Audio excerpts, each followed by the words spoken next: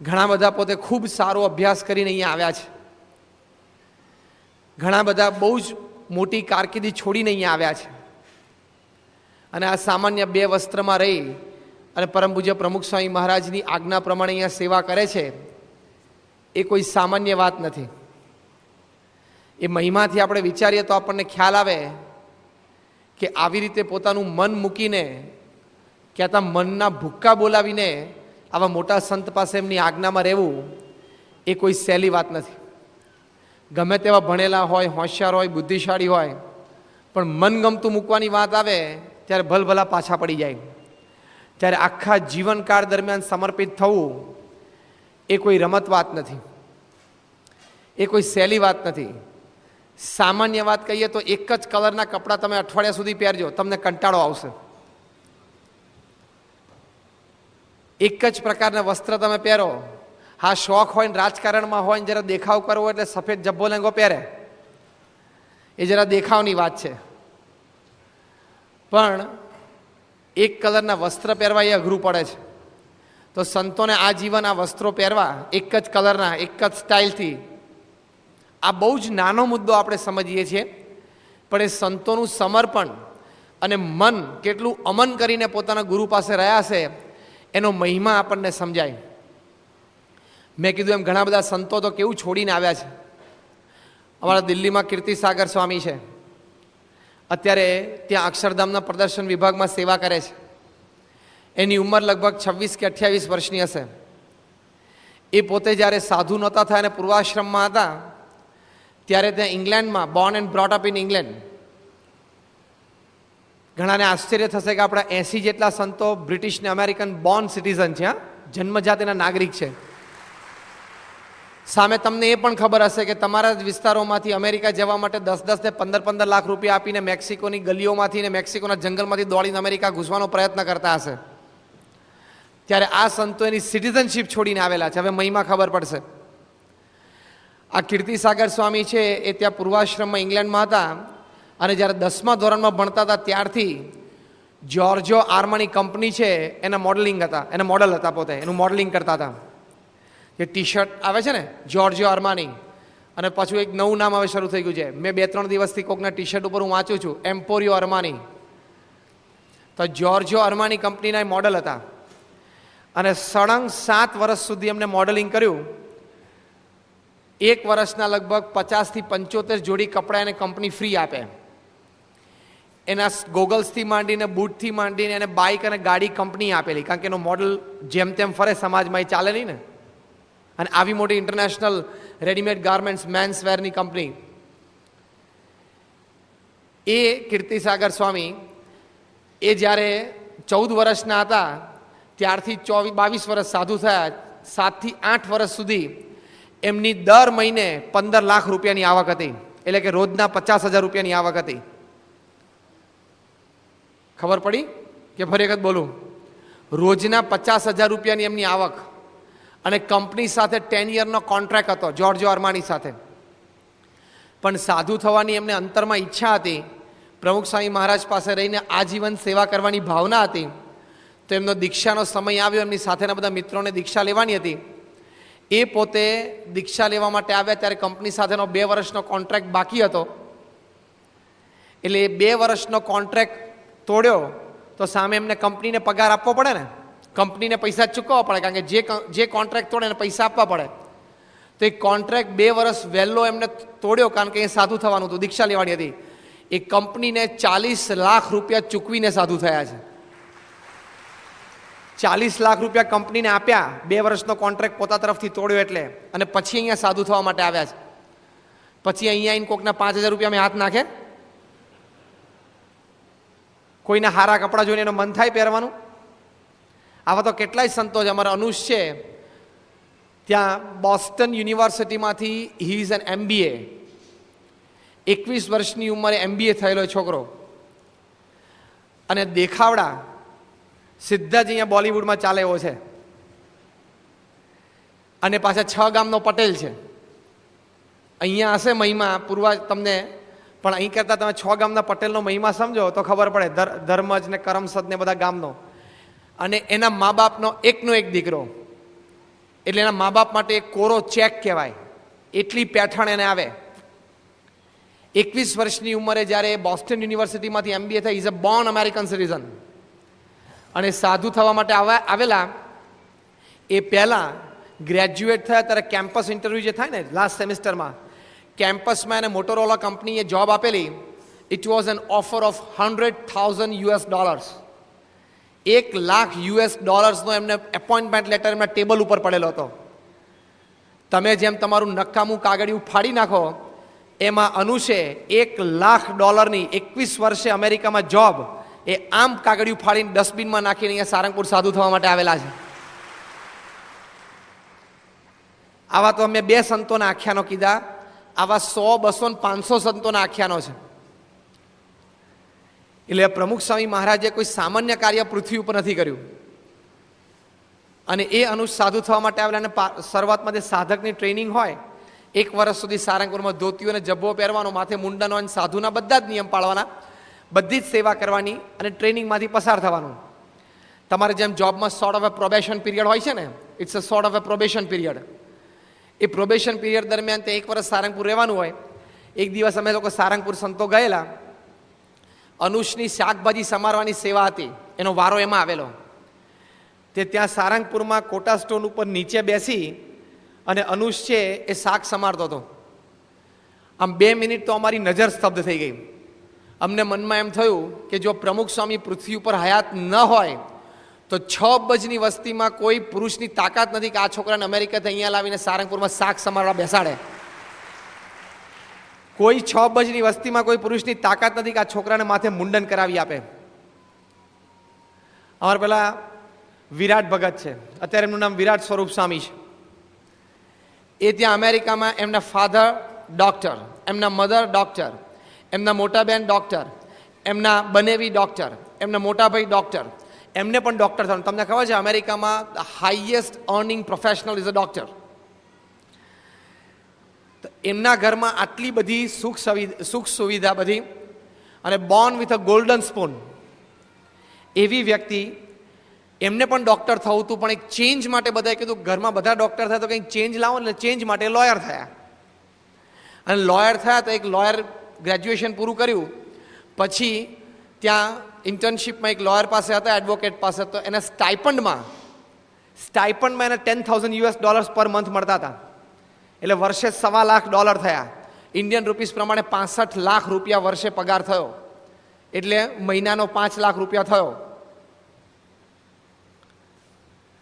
એને સ્ટાઇપન્ડમાં મળતું હતું. હજી પ્રેક્ટિસ તો શરૂ નહોતી કરી, જોબ તો શરૂ નહોતી થઈ. It was a stipend. અને પોતાની ઓડી કાર હતી. અને આખા અમેરિકામાં ઇંગ્લિશ વોકેબ્યુલરી અને ઇંગ્લિશ પ્રોનાઉન્સિએશન્સ એની સ્ટુડન્ટ્સની કોમ્પિટિશન થાય, એમાં અમેરિકાના ઇતિહાસમાં પહેલી વખત કોઈ ઇન્ડિયન ઓરિજિનનો છોકરો નેશનલ લેવલ ઉપર પહેલો નંબર આવ્યો હોય એ આ વિરાટ સ્વરૂપ સ્વામી.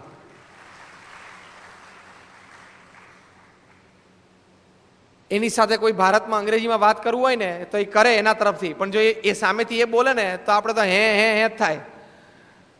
આપણે એમ થાય થોડુંક ધીમું બોલે ને થોડું હરખું બોલે ને તો કંઈક સમજાય. એવા એ અહીંયા સારંગપુરમાં આવ્યા અને સાધકની ટ્રેનમાં હતા. અને જોડીનો ઉત્સવ આવ્યો 14મી જાન્યુઆરી, જ્યારે સંતોએ આપણી સ્વામિનારાયણ પ્રણાલિકા પ્રમાણે જોડી માંગવાની હોય, ત્યારે જમરાળા ગામમાં એમનો વારો આવ્યો. અને ત્યાં ટ્રેક્ટરમાં બેસીને ધૂળિયા રસ્તામાં ધૂળ ઉડતી હતી તો ગાતરિયું આમ આડું રાખીને ભિક્ષા માંગતા હતા. અને તે સામાન્ય ગામડામાં ઝૂંપડાઓમાં ભિક્ષા માંગતા હતા. લોકો અડધી વાટકી ચોખા કે 1 વાટકી લોટ એમની જોડીમાં નાખતા હતા. પ્રમુખ સ્વામી સિવાય તાકાત છે કોઈ પુરુષની 6 અબજની વસ્તીમાં કે આ વ્યક્તિને અહીંયા જમરાણામાં જોડી મંગાવે? આ કક્ષાની વ્યક્તિ જે અમેરિકામાં થઈ હોય, $10,000 સ્ટાઇપન્ડ જેને મળતો હોય, જમરાણામાં અડધી વાટકી લોટ માંગે? પ્રમુખ સ્વામી સિવાય 6 અબજની વસ્તીમાં કોઈ આ ના કરાવી શકે. તમારા દીકરાને એકવાર કહેજો તો ખરા કે બેટા હું થાકી ગયો છું, પેલા બૂટ સોફા નીચે પડ્યા છે ને લઈ આવ તો મારે બહાર જવું છે. નાનો હશે ને ત્યારે કરશે, પણ એકવાર 14, 15, 17 વર્ષનો ત્યારે કહી જોજો. એને અહમ નડશે, એને અહમ નડશે. 1 કે 2 વાર આપશે પછી એને ખબર પડી જશે કે પપ્પા 10, સવા 10 ઓફિસે જાય છે ત્યારે બૂટ મંગાવે છે, એટલે 9:45 તો ગુમ થઈ જશે. હા કે ના? એમ તો પ્રમુખ સ્વામી મહારાજ પાસે આ જીવન આવી રીતે વિરાટ સ્વરૂપ સ્વામીને અનુષ્ઠાન બધાને ખબર છે કે આપણે આખી જિંદગી જોડી માંગવાની છે, આખી જિંદગી ભગવાનની કથા વાર્તા કરીને ભજન કરવાનું છે.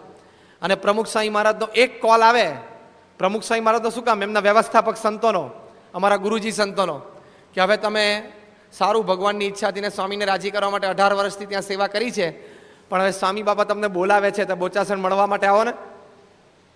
અને પછી એ જાય એટલે પ્રમુખ સ્વામી મહારાજ કે બહુ સારું, આપણે આશીર્વાદ છે, બહુ સારી સેવા કરી, આપણે ત્યાં હરિભક્તો બહુ રાજી થયા, કથા વાર્તા સારું થઈ, હવે ત્યાં આપણે બહુ સારી સેવા કરી નવસારીમાં, હવે આપણે ત્યાં મહેસાણા રહેવાનું છે. સારું, પ્રસાદનું બોક્સ લઈને ઊભા, 3 મિનિટનું કોન્વર્સેશન, 18 વર્ષ ઉપર 3 મિનિટ આવે એટલે કાર્યક્રમ આમથી આમ ફેરવાય. તો જો કહેવાનું શું છે કે આવી રીતે હાથ જોડીને એમની પાસે રહ્યા છે, પછી એ પુરુષને સંતો માટે અપાર હેત કેમ ના થાય? તમારા દીકરા થોડાક તમારા કયાગ્રા હોય છે તોય તમને એના પ્રત્યે અપાર પ્રેમ થાય છે. તો આ સંતો આવી રીતે પ્રમુખ સ્વામી મહારાજ પાસે રહ્યા છે અને આવું કાર્ય એમનું કરે છે, તો એમના માટે બધાને અપાર પ્રેમ કેમ ના થાય? તો જો પ્રમુખ સ્વામી મહારાજ પણ અપાર સંત વત્સલ છે. સ્વામીશ્રીને 1993ની સાલમાં થોડું ડિઝીનેસ આવતું હતું, એટલે કે થોડા ચક્કર આવતા હતા, અને કલકત્તાથી તાત્કાલિક સ્વામીને ફ્લાય કર્યા બોમ્બે. ત્યાં એમઆરઆઈને બધા રિપોર્ટ્સ કઢાવ્યા એટલે ખબર પડી કે જમણી બાજુમાં કાનની પાછળની નસમાંથી થોડું લોહી મગજને ઓછું મળે છે, એટલે જરા ઉઠતા બેસતા કે પડખું ફરતા કે વોકિંગમાં શાર્પ ટર્નમાં જરા ચક્કર આવે છે. એટલે બધી એની ટ્રીટમેન્ટ શરૂ થઈ. અને પછી સ્વામીશ્રીને ડૉક્ટરની સલાહ હતી કે તમારે વધારે લાંબો સમય સુધી એક મુલાકાત આપવાની હોય કે સ્ટ્રેસફુલ વર્ક ન કરવું. સવારે 11 વાગે તમારે આરામ કરી લેવો અને 1:30 વાગે પાછું ઉઠવું, એટલે વચ્ચે આ 2 કલાકનો આરામ કરી જ લેવો દિવસ દરમિયાન. એટલે સ્વામીશ્રીનો એવો ક્રમ શરૂ થયેલો 93થી 4-5 વર્ષ ચાલ્યો કે બપોર 11 વાગે આરામમાં જઈને 1:30 વાગે ઉઠે ને પછી પાછા જમીન પાછા 1-8 કલાક મુલાકાત આપે ને પાછા 3:30 વાગે આરામમાં જઈને 5 વાગે ઉઠીને પછી તો 11 વાગ્યા સુધીનો કાર્યક્રમ બધો ચાલુ હોય રાબેતા મુજબ. તો એક વખત લગભગ 1:45 વાગે વિદ્યાનગરમાં ઉઠ્યા અને જમવા માટે પધાર્યા, ત્યારે બધા સંતો સામે બેઠેલા. સ્વામી આમ બેઠા એટલે ભગવત ચરણ સ્વામીએ પૂછ્યું કે કેમ આજે મોડા પડ્યા? સ્વામી કે કંઈ નહીં, ટાઈમે જ છીએ ને, ક્યાં બહુ મોડા છીએ, 5-10 મિનિટ આઘું પાછું. એટલે કોઈ સંતે કીધું બહુ સારી ઊંઘ આવી ગઈ હશે, નિંદર બહુ સારી આવી હશે. સ્વામી કે ના તો થોડીક નિંદર આવી જાય, આપણને 2-2.5 કલાક અંદર હોઈએ પણ 1-1.25 કલાક ઊંઘ આવે, બહુ ના આવે. પછી એમ કરતાં કરતાં બધી વાતો ચાલી. તે ભગવત ચરણ સ્વામી પૂછ્યું કે યોગીજી મહારાજ તો પોતાના સ્વપ્નની બધી વાતો બહુ કરતા, તે તમે કોઈ દિવસ તમારા સ્વપ્નની વાતો કરી નથી, તમને સ્વપ્ન આવે છે કે નથી આવતા? એટલે સ્વામી એકદમ ફેથફુલી અને ઓનેસ્ટી, એકદમ ઓનેસ્ટલી કારણ કે મને બહુ સપના નથી આવતા.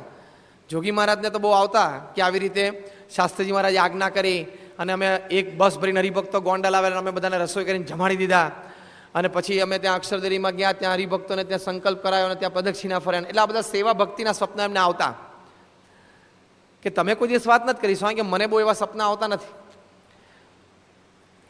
પછી ભગવત ચરણ સ્વામી કે ના તોય કોઈક દિવસ તો સપના આવતા હશે, કે સાવ ના આવે એવું બને નહીં. કે ત્યારે એકદમ ભાવાદ્ર મુખારવિંદે પ્રમુખ સ્વામી મહારાજ બોલેલા, સ્વામી કે સ્વપ્નમાં મને રાત દિવસ તમે બધા સંતો જ દેખાયા કરો છો, બીજું કંઈ દેખાતું જ નથી, એટલે મને બીજા સ્વપ્ન આવતા જ નથી. એકદમ કરુણામય ભાવે બોલેલા કે તમે બધા સંતો જ મને રાત દિવસ દેખાયા કરો છો. અને પછી બોલ્યા કે તમે બધા સંતો પોતાનું સર્વસ્વ મૂકીને અમારી પાસે આવ્યા છો, તો મને પણ અંતરમાં એમ ઈચ્છા છે કે જેવું જોગી મહારાજને ભગવાનનું સુખ આવતું એવું સુખ તમને આવે એવું કરવું છે. તો જો કેટલું અપાર વાત્સલ્ય એ સંતો માટે જેમ શ્રીજી મહારાજને હતું, એમ આપણા ગુરુહરિ પ્રમુખ સ્વામી મહારાજને પણ અપાર વાત્સલ્ય એ સંતો માટે છે. એટલો મહિમા પણ સંતોનો સમજે છે. શ્રીજી મહારાજે જ્યારે પત્ર લખીને 18 સંતોને બોલાવ્યા અને બધા સંતો ત્યાં આવ્યા અને મહારાજ સન્મુખ ચાલ્યા, એ આખો પ્રસંગ આપણે જાણીએ છીએ. અને મહારાજે બધા સંતોને જોયા તો શ્રીજી મહારાજ દંડવત કરવા માંડ્યા કે તમે બધા સંતો અમારા વચને, કોઈ 2 ગામના ધણી હતા, કોઈ 4 ગામના ધણી હતા, કોઈ એવા પ્રતિષ્ઠિત ગામના પટેલ હતા, તમે બધા આટલું બધું છોડીને દરજ્જો માન પોતાનું સ્ટેટસ છોડીને અમારી પાસે આવ્યા છો, તો મહારાજ કે અમે તમારો મહિમા સમજીએ. તો ધૂળમાં શ્રીજી મહારાજ દંડવત કરવા માંડ્યા. પછી તો સંતોએ દોડીને શ્રીજી મહારાજને પકડીને બેઠા કર્યા.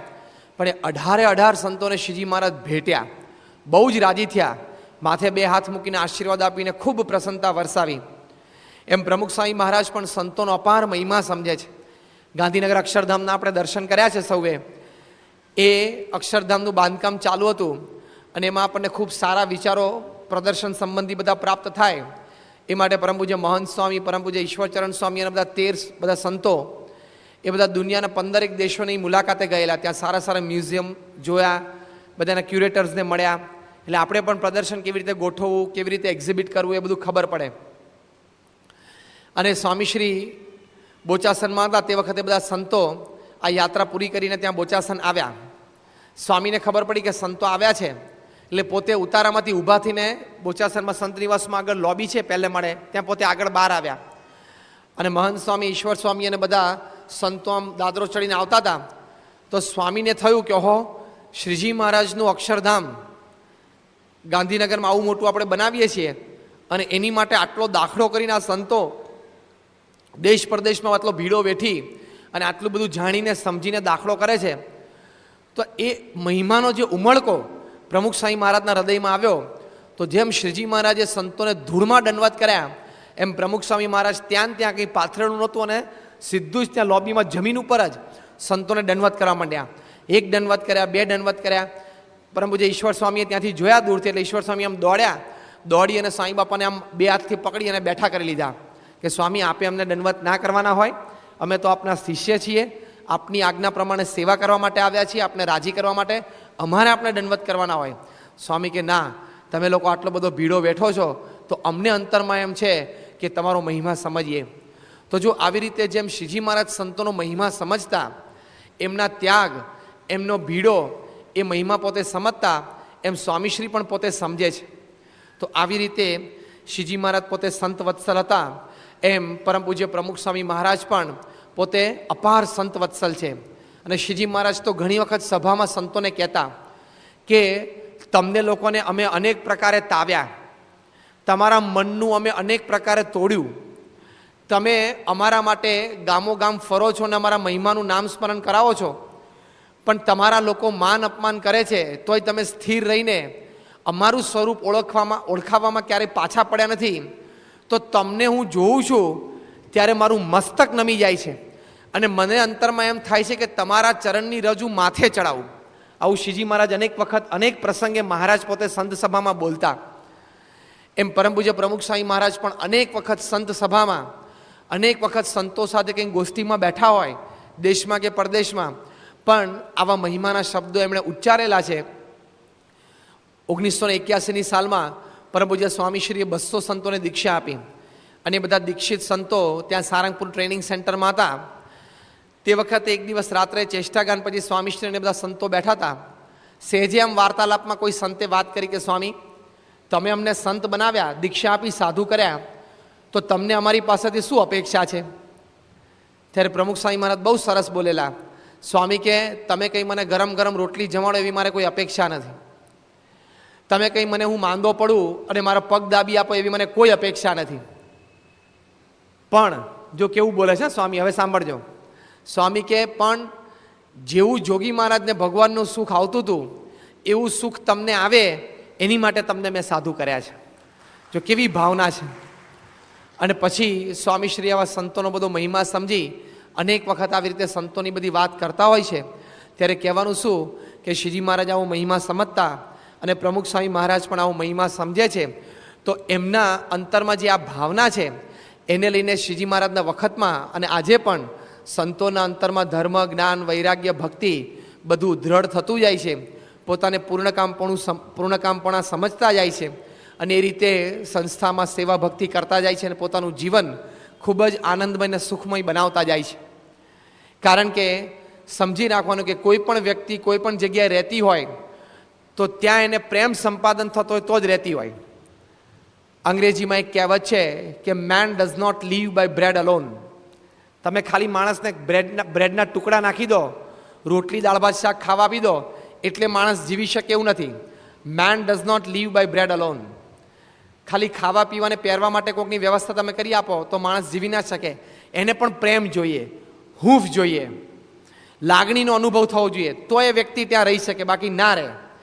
તમે જુઓ કે જે દિવસે જે મિત્રતામાં, જે સગાવાલાના સંબંધોમાં તમને લેશ માત્ર પણ પ્રેમમાં ઉણપ આવે છે, તમને ત્યાં લેશ માત્ર મજા નથી આવતી. આવે છે? તો અહીંયા 770 સંતો કોઈ 5 વર્ષથી, કોઈ 10 વર્ષથી, કોઈ 20 વર્ષથી, કોઈ 40 વર્ષથી, કોઈ 50 વર્ષથી રહ્યા છે. તો તો એ બધાને પ્રેમનો અનુભવ એ થયેલો છે. અને એ પ્રેમનો અનુભવ છે એટલા માટે એ બધા અહીંયા રહ્યા છે. વિક્ટર યુગોએ એક બહુ સરસ વાત કરી છે કે લવ ઇઝ નેચર સેકન્ડ સન. કુદરતનો એક સૂર્ય તો ઉપર તપે જ છે, જેને લઈને જીવ પ્રાણી માત્રની સર્વે ક્રિયાનું પોષણ થાય છે. પણ પ્રેમ છે ને, લવ ઇઝ નેચર સેકન્ડ સન, એ કુદરતનો બીજો સૂર્ય છે. એ દ્વારા માણસનું જીવન પોષિત થાય છે અને માણસ પુલકિત પોતાના જીવનમાં રહી શકે છે. તો બધા સંતોને આ પ્રમુખ સ્વામી મહારાજના પ્રેમનો અનુભવ છે. એટલે આનંદથી, સુખથી તમારી લોકો પાસે જે વસ્તુ છે એવી એક પણ વસ્તુ ન હોવા છતાં પ્રેમથી રહી શકે છે. તમારી પાસે 20 જોડી કપડાં છે, અમારી પાસે 2 જ જોડી કપડાં છે. તમારી પાસે કાંડામાં પહેરવા માટે ઘડિયાળ છે, અમારી પાસે ઘડિયાળ નથી. તમારી પાસે ફરવા માટે ગાડી ને સ્કૂટર તમારું પોતાનું છે, અમે પણ એમાં ફરીએ છીએ, પણ એ સંસ્થાના નામની છે, અમારા નામની નથી. તમે મર્સિડીઝમાં બેસતા હોય પણ એ તમારા મિત્રની હોય ને, તો તમને તમારી મારુતિ ફ્રન્ટી જેટલો મર્સિડીઝમાં આનંદ ના આવે. કોકની છે ને સાંજ પડે વિચાર તો પેલો એ રહે ને. આ તો માણસની એક સાહજિક માનસિકતાની વાત કરીએ છીએ. તમારી પાસે પોતાના નામનું ઘર છે, અમારી પાસે ઘર નથી. એવી અનેક વસ્તુઓ તમારી પાસે જ અમારી પાસે નથી. તમને આઈસ્ક્રીમ ખાવાનું મન થાય એટલે તમે અહીંથી પારણમાંથી છૂટી અને રસ્તામાં બધા વાડીલાલનો આઈસ્ક્રીમ ખાઈને જશો. અને સાધુને આઈસ્ક્રીમ ખાવાનું ધારો કે મન થયું તો માણસ છે, સાહજિક. બ્રહ્મરૂપ ન થયા હોય અને સિદ્ધ ન થયા હોય ત્યાં સુધી કદાચ ઈચ્છા થઈ તો મંદિરમાં ઠાકોરજીને ધરાવેલો આઈસ્ક્રીમ હોય તો જમવાનો, નહીં તો 2 માળા ફેરવીને લોટો પાણી પીને ઊંઘી જવાનું કે હા એ લિક્વિડ આઈસ્ક્રીમ ખાધો. એ ત્યાગ સહેલો નથી, એ સમર્પણ સહેલું નથી. એકવાર તમારા જીવનમાં તમને જે અદમ્ય ઈચ્છા થઈ હોય કોક વખત જમવાની, કોક વખત તમારા પ્રીતિપાત્ર વ્યક્તિને મળવાની, એ જે તીવ્ર ઈચ્છા અંતરમાં થઈ હોય ને, એ વખતે એ ઈચ્છાને દામવાનો પ્રયત્ન કરજો. એ ઈચ્છા ઉપર અંકુશ મૂકવાનો પ્રયત્ન કરજો. એટલે તમે એક પણ માટે સાધુ થશો એટલે ખબર પડશે કે BAPSના સંતો કેવી રીતે જીવે છે. એ સિવાય મહિમા નહીં સમજાય. તમને આઈસ્ક્રીમ ખાવાનું મન અદમ્ય થાય ત્યારે એકવાર આઈસ્ક્રીમ ના ખાતા. એકવાર તમને બહાર ફરવા જવાનું મન થાય ત્યારે એ વખતે બહાર ફરવા ના જતા. અને એક વખત દિવાળીના કપડાં તમે નવા ખરીદવા જાઓ પછી શોરૂમમાં જઈને એકવાર ખાલી પાછા વળજો, ભલે ખિસ્સામાં પૈસા હોય તોય, કે આજે ભલે આ દિવાળીએ કપડાં નથી લેવા, કેવું થાય છે મનમાં જોવું. એકવાર એવો પ્રયત્ન કરજો એટલે સાધુ કોને કહેવાય ને ખબર પડશે. એ સહેલી વાત નથી. દુનિયામાં પ્રોફેશનલ્સ તો બધા મળે. There are tons and tons of chartered accountants, tons and tons of engineers, tons and tons of doctors, tons and tons of professionals. પણ સાચા સાધુ, સાચા સંત મળવા, they are not in tons, they are not in kgs, they are not in hundreds, they are in tens. એ 10 ને 20ના ગુણાકારમાં બહુ તો મળે, 100ના ગુણાકારમાં ના મળે. તો પ્રમુખ સ્વામી મહારાજે આવા સંતો તૈયાર કર્યા છે. શ્રીજી મહારાજે જેવા સંતો તૈયાર કરેલા એવા. અને બધા સંતો પાસેથી જે પ્રમુખ સ્વામી મહારાજ કામ લે છે, જેમ શ્રીજી મહારાજે બ્રહ્માનંદ સ્વામી પોતે હતા કવિ, પણ એની પાસે વડતાલનું મંદિર, જુનાગઢનું મંદિર, ધોલેરાનું મંદિર બંધાવડાયું. દરેક સંત પાસેથી એવું અદ્ભુત કાર્ય શ્રીજી મહારાજે કરાવડાવ્યું. એક સંતની વાત સાંભળીએ તો આપણને એમ થાય કે આ કેવા સંતો શ્રીજી મહારાજના વખતમાં હતા. એવા સંતો આજે પ્રમુખ સ્વામી પાસે છે. એકવાર ત્યાં મધ્યપ્રદેશથી ગ્વાલિયરના બધા ગવૈયાઓ જુનાગઢ આવ્યા અને ત્યાં જુનાગઢમાં નવાબ સાહેબના દરબારમાં જઈને બેઠા અને નવાબ સાહેબને કહે हमारे पास तो ये गायकी है और हम आपको सुनाने के लिए आए हैं. એટલે નવાબ સાહેબે તે વખતે વાત કરી. नवाब साहब के देखो हमने तो एक यहाँ स्वामीनारायण का फकीर है प्रेमानंद, उसका रुहाना संगीत सुना है. रुहाना એટલે આત્માનું સંગીત. स्वामीनारायण का ओलिया है फकीर प्रेमानंद, उसका रुहाना संगीत सुना है और कोई संगीत सुनने की इच्छा नहीं है. એટલે એમને એમ થયું કે આ તો કેવું સંગીત હશે. नवाब साहब के अगर आपको तोहफे चाहिए तो ले जाओ, એટલે કે गिफ्ट જોઈએ તો લઈ જાઓ, लेकिन संगीत तो एक प्रेमानंद का सुना है. તો ગ્વાલિયરના ગવૈયાઓને એમ થયું કે આળું આ કેવું, આવું તો આ પ્રેમાનંદ સ્વામિનારાયણનો ફકીર કોઈ દિવસ બહુ નામ સાંભળ્યું નથી. કારણ કે નામ એટલે ના સાંભળ્યું કે એમની જેમ પબ્લિક કોન્સર્ટ્સ ના આપતા હોય. આ સહેજ વધારજો. એટલે એમનું નામ નહોતું સાંભળ્યું. તો નવાબ સાહેબને પૂછ્યું वो कहाँ ठहरता है? अरे कि यहाँ स्वामीनारायण का एक मंदिर है, वहाँ पे वो ठहरे हुए हैं. ગયા ત્યાં અને ત્યાં કીધું કે કોઈ પ્રેમાનંદ સ્વામી નામ કા કોઈ ફકીર હે? એટલે ત્યાંથી સંતોએ કોઈ જવાબ આપ્યો કે અત્યારે ભાઈ એ તો ગઢડામાં સ્વામિનારાયણ ભગવાન બિરાજે છે, ત્યાં ગયા છે. એ જુનાગઢ રહે છે પણ ત્યારે ત્યાં ગયા છે. બધા ગઢડા ગયા અને ત્યાં સ્વામિનારાયણ ભગવાન આમ દરબાર ભરીને બેઠેલા, બધા હરિભક્તો સંતો બધા બેઠેલા અને સભામાં કથા વાર્તા ચાલતી હતી અને બધા ગવૈયાઓ આવ્યા અને બધા ગવૈયાઓએ વાતો કરી कि हमने सुना है कि आपके पास बहुत अच्छे रूहाने संगीत गाने वाले संत हैं. महाराज के हाँ બધા ગાય છે કે, કારણ કે બેઠા હતા 4-5 જણા. એટલે પછી પેલા ગ્વાલિયરના મુસ્લિમ ગવૈયાઓ કે હમકો કુછ સુનના હે. હવે સાંજે 4 વાગેલા અને પ્રેમાનંદ સ્વામીને સામે ઈશારો કરીને મહારાજ કે ગાઓ. પ્રેમાનંદ સ્વામી તો એકદમ આજ્ઞાંકિત કે મહારાજ શું ગાઉં? મહારાજ કે રાગ ભૈરવી ગાઓ. હવે આ હવારના પોરનો રાગ છે, સવારે 4 વાગ્યાનો રાગ છે, સાંજે 4 વાગેલા. એટલે બધા મુસ્લિમ ગવૈયાઓ એકબીજાની સામે જોયું कि ये हमने नवाब साहब ने इधर भिजवा दिया, बोलते थे कि प्रेमानंद तो बड़े अच्छे गवैये हैं और बड़ा अच्छा रुहाना संगीत गाते हैं, तो ये तो किसी को सुर में ताल में कुछ पहचान नहीं पड़ती है. ये ऊपर बैठे वो भैरवी राग की बात कर रहे हैं, वो तो सुबह का ताल है, राग है, अभी शाम हो गई है. ये बधी वातो करता था. અને પ્રેમાનંદ સ્વામીએ તો મહારાજની આજ્ઞા હતી એટલે ભૈરવી શરૂ કર્યો. અને એમાં તો ધીમે ધીમે બધું વાતાવરણ બદલાવા માંડ્યું. તે આજુબાજુ બધી જે ગૌશાળામાં ભેંસો બાંધી હતી ને બધી ભાંભરવા માંડી, કબૂતરાને કુકડા બોલવા માંડ્યા અને ચકલીઓ બધી બોલવા માંડીને ઉડવા માંડી અને ભેંસ બધી જાણે આમ સીમમાં, કારણ કે સવારના પોરમાં ભેંસને ખબર પડી જાય કે હવે મારે સીમ તરફ જવાનું છે અને સાંજ પડે એટલે એને ખબર પડી જાય કે હવે મારે સૂર્યાસ્ત થવા આવે તો પાછું પહોંચવાનું છે, ગમાડે બંધાવાનું છે. એ બધી આમ છૂટી પડી અને આમ છૂટી આમ ચાલવા માંડી સીમ તરફ. અને આમ સવારનું પહોર આમ જાણે છવાઈ ગયો હોય ને ગઢડામાં દાદા ખાતેના દરબાર ઉપર, એવું થઈ ગયું. ત્યારે મુસ્લિમ ગવૈયાઓ બધા ઊભા થઈ ગયા, સુભાન અલ્લાહ કે आज तक तो सुना था कि पौर के मुताबिक सुर होते हैं, आज पहली दफा स्वामीनारायण के दरबार में सुना कि सुर के मुताबिक पौर आ जाता है. જેવો સુર ગાય એવો પૌર બદલાઈ જાય, એવા ગવૈયાઓ મહારાજ પાસે હતા. ત્યારે આમ ખુશ થઈ ગયા કે ઓહો શું છે. અને શ્રીજી મહારાજને પગે લાગ્યા, સુભાન અલ્લાહ ક્યાં રૂવાના સંગીત હે. શ્રીજી મહારાજ પછી એમને ભેટ સોગાદો આપી, એમની પાસે થોડું ગવડાયું, એમનું માન પણ, એમની કળાની પણ શ્રીજી મહારાજે કદર કરી અને પછી એ તો ત્યાંથી ચાલ્યા. પણ આવા સંતો શ્રીજી મહારાજ પાસે હતા કે દુનિયાભરના ગવૈયાઓ તો પૌર પ્રમાણે રાગ ગાય, આ રાગ પ્રમાણે પૌર બેસાડી દે. એવા સંતો શ્રીજી મહારાજ પાસે હતા. આજે એવા સંતો પ્રમુખ સ્વામી મહારાજ પાસે છે. 1992માં બ્રહ્મ સ્વરૂપ યોગીજી મહારાજનો શતાબ્દી મહોત્સવ હતો.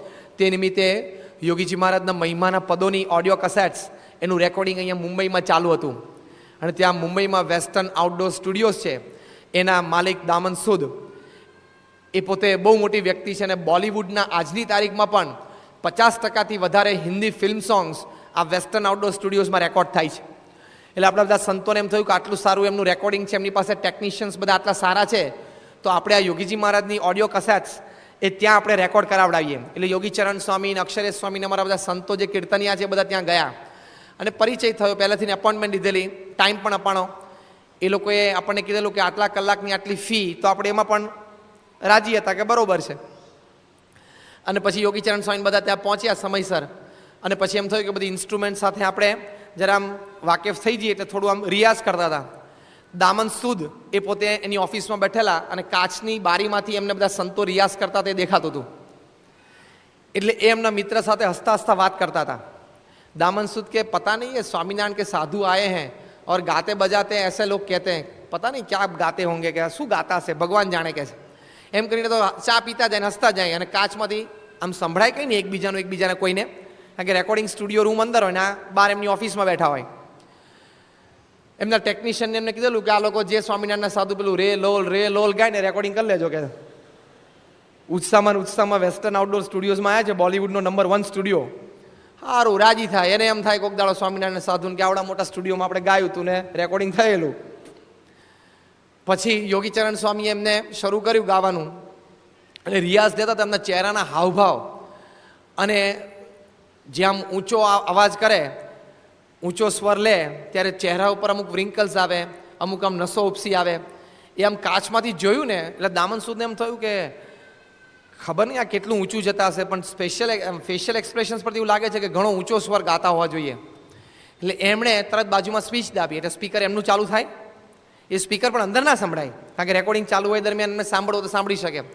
અને સ્વિચ દબાઈ અને યોગીચરણ સ્વામી આલાપ લેતા હતા, એ સાંભળ્યું તો આમ ચા પીતા હતા ને કપ નીચે મૂકી દીધો અને આમ સ્તબ્ધ થઈ ગયા, સ્થિર થઈ ગયા. એક ધારું યોગીચરણ સ્વામી સામે જોઈને સાંભળી જાય. યોગીચરણ સ્વામી ખબર નહોતી, તો નીચું ગાઈને ગાતા હતા. અને પછી એના બે મિત્રોને બહાર બેઠા અને બોલાયા કે સુન સુન એમ કહીને સંભળાયું. તો બે જણા પણ સંગીતના બહુ જાણકાર હતા. એ બંને આમ જોઈ રહ્યા કે ઓહો શું ગાય છે, કે આ સાધુ દેખાય છે સામાન્ય, પણ આટલી બધી વેરાયટી એની પાસે છે, આવા આલાપ લઈ શકે છે, આટલા ઊંચા સ્વરે ગઈ શકે છે. એટલા બધા પ્રભાવિત થયા ને ઊભા થઈ અને બાણું ખોલી અને સામે કાર્પેટ ઉપર પલાઠી વાળી નીચે બેસી ગયા કે સ્વામી રેકોર્ડિંગ તો ફિર કરેંગે, કુછ અચ્છા સુનાઓ. તો યોગીચરણ સ્વામીએ સંત પરમ હિતકારી જગતમાં હી સંત પરમ હિતકારી સંભળાયું અને પ્રેમથી આખું કીર્તન સાંભળ્યું કે સ્વામી આપ તો 2 कैसेट के लिए आए हैं, लेकिन जितनी कैसेट करनी आप करो मैं चार्ज नहीं लूंगा. સંત પરમ હિતકારી જગતમાં હી સંત પરમ હિતકારી, એમ કે રે લોલ ગાતા હશે કે પણ ખુશ થઈ ગયા. અને પછી તો એમને બહુ ભાવ થઈ ગયો. અત્યારે પણ ખૂબ આપણા સારા ગુણભાવી છે અને સ્વામી બાપાના પણ દર્શન કરવા જ્યારે સ્વામી બાપા મુંબઈ હોય ત્યારે અવશ્ય એક વખત દર્શન કરવા માટે આવે છે. કલ્યાણજી આનંદજીને જ્યારે પદ્મશ્રી એવોર્ડ મળ્યો 1991 સાલમાં અને જાહેર થયું દિલ્હી રાષ્ટ્રપતિ ભવનમાંથી કે કલ્યાણજી આનંદજીને પદ્મશ્રી એવોર્ડ આપીએ છીએ, બંને જણા ખુશ થઈ ગયા. પણ બંને જણાને પ્રમુખ સ્વામી મહારાજ પ્રત્યે અપાર આદરભાવ છે. એટલે સીધા જ દાદર મંદિરે આવ્યા અને પ્રમુખ સ્વામી મહારાજને વાત કરી કે સ્વામી અમને પદ્મશ્રી એવોર્ડ મળ્યો છે. સ્વામી બાપાએ ઠાકોરજીને હાર મંગાવ્યા, એમને પહેરાવ્યા, ખૂબ આશીર્વાદ આપ્યા.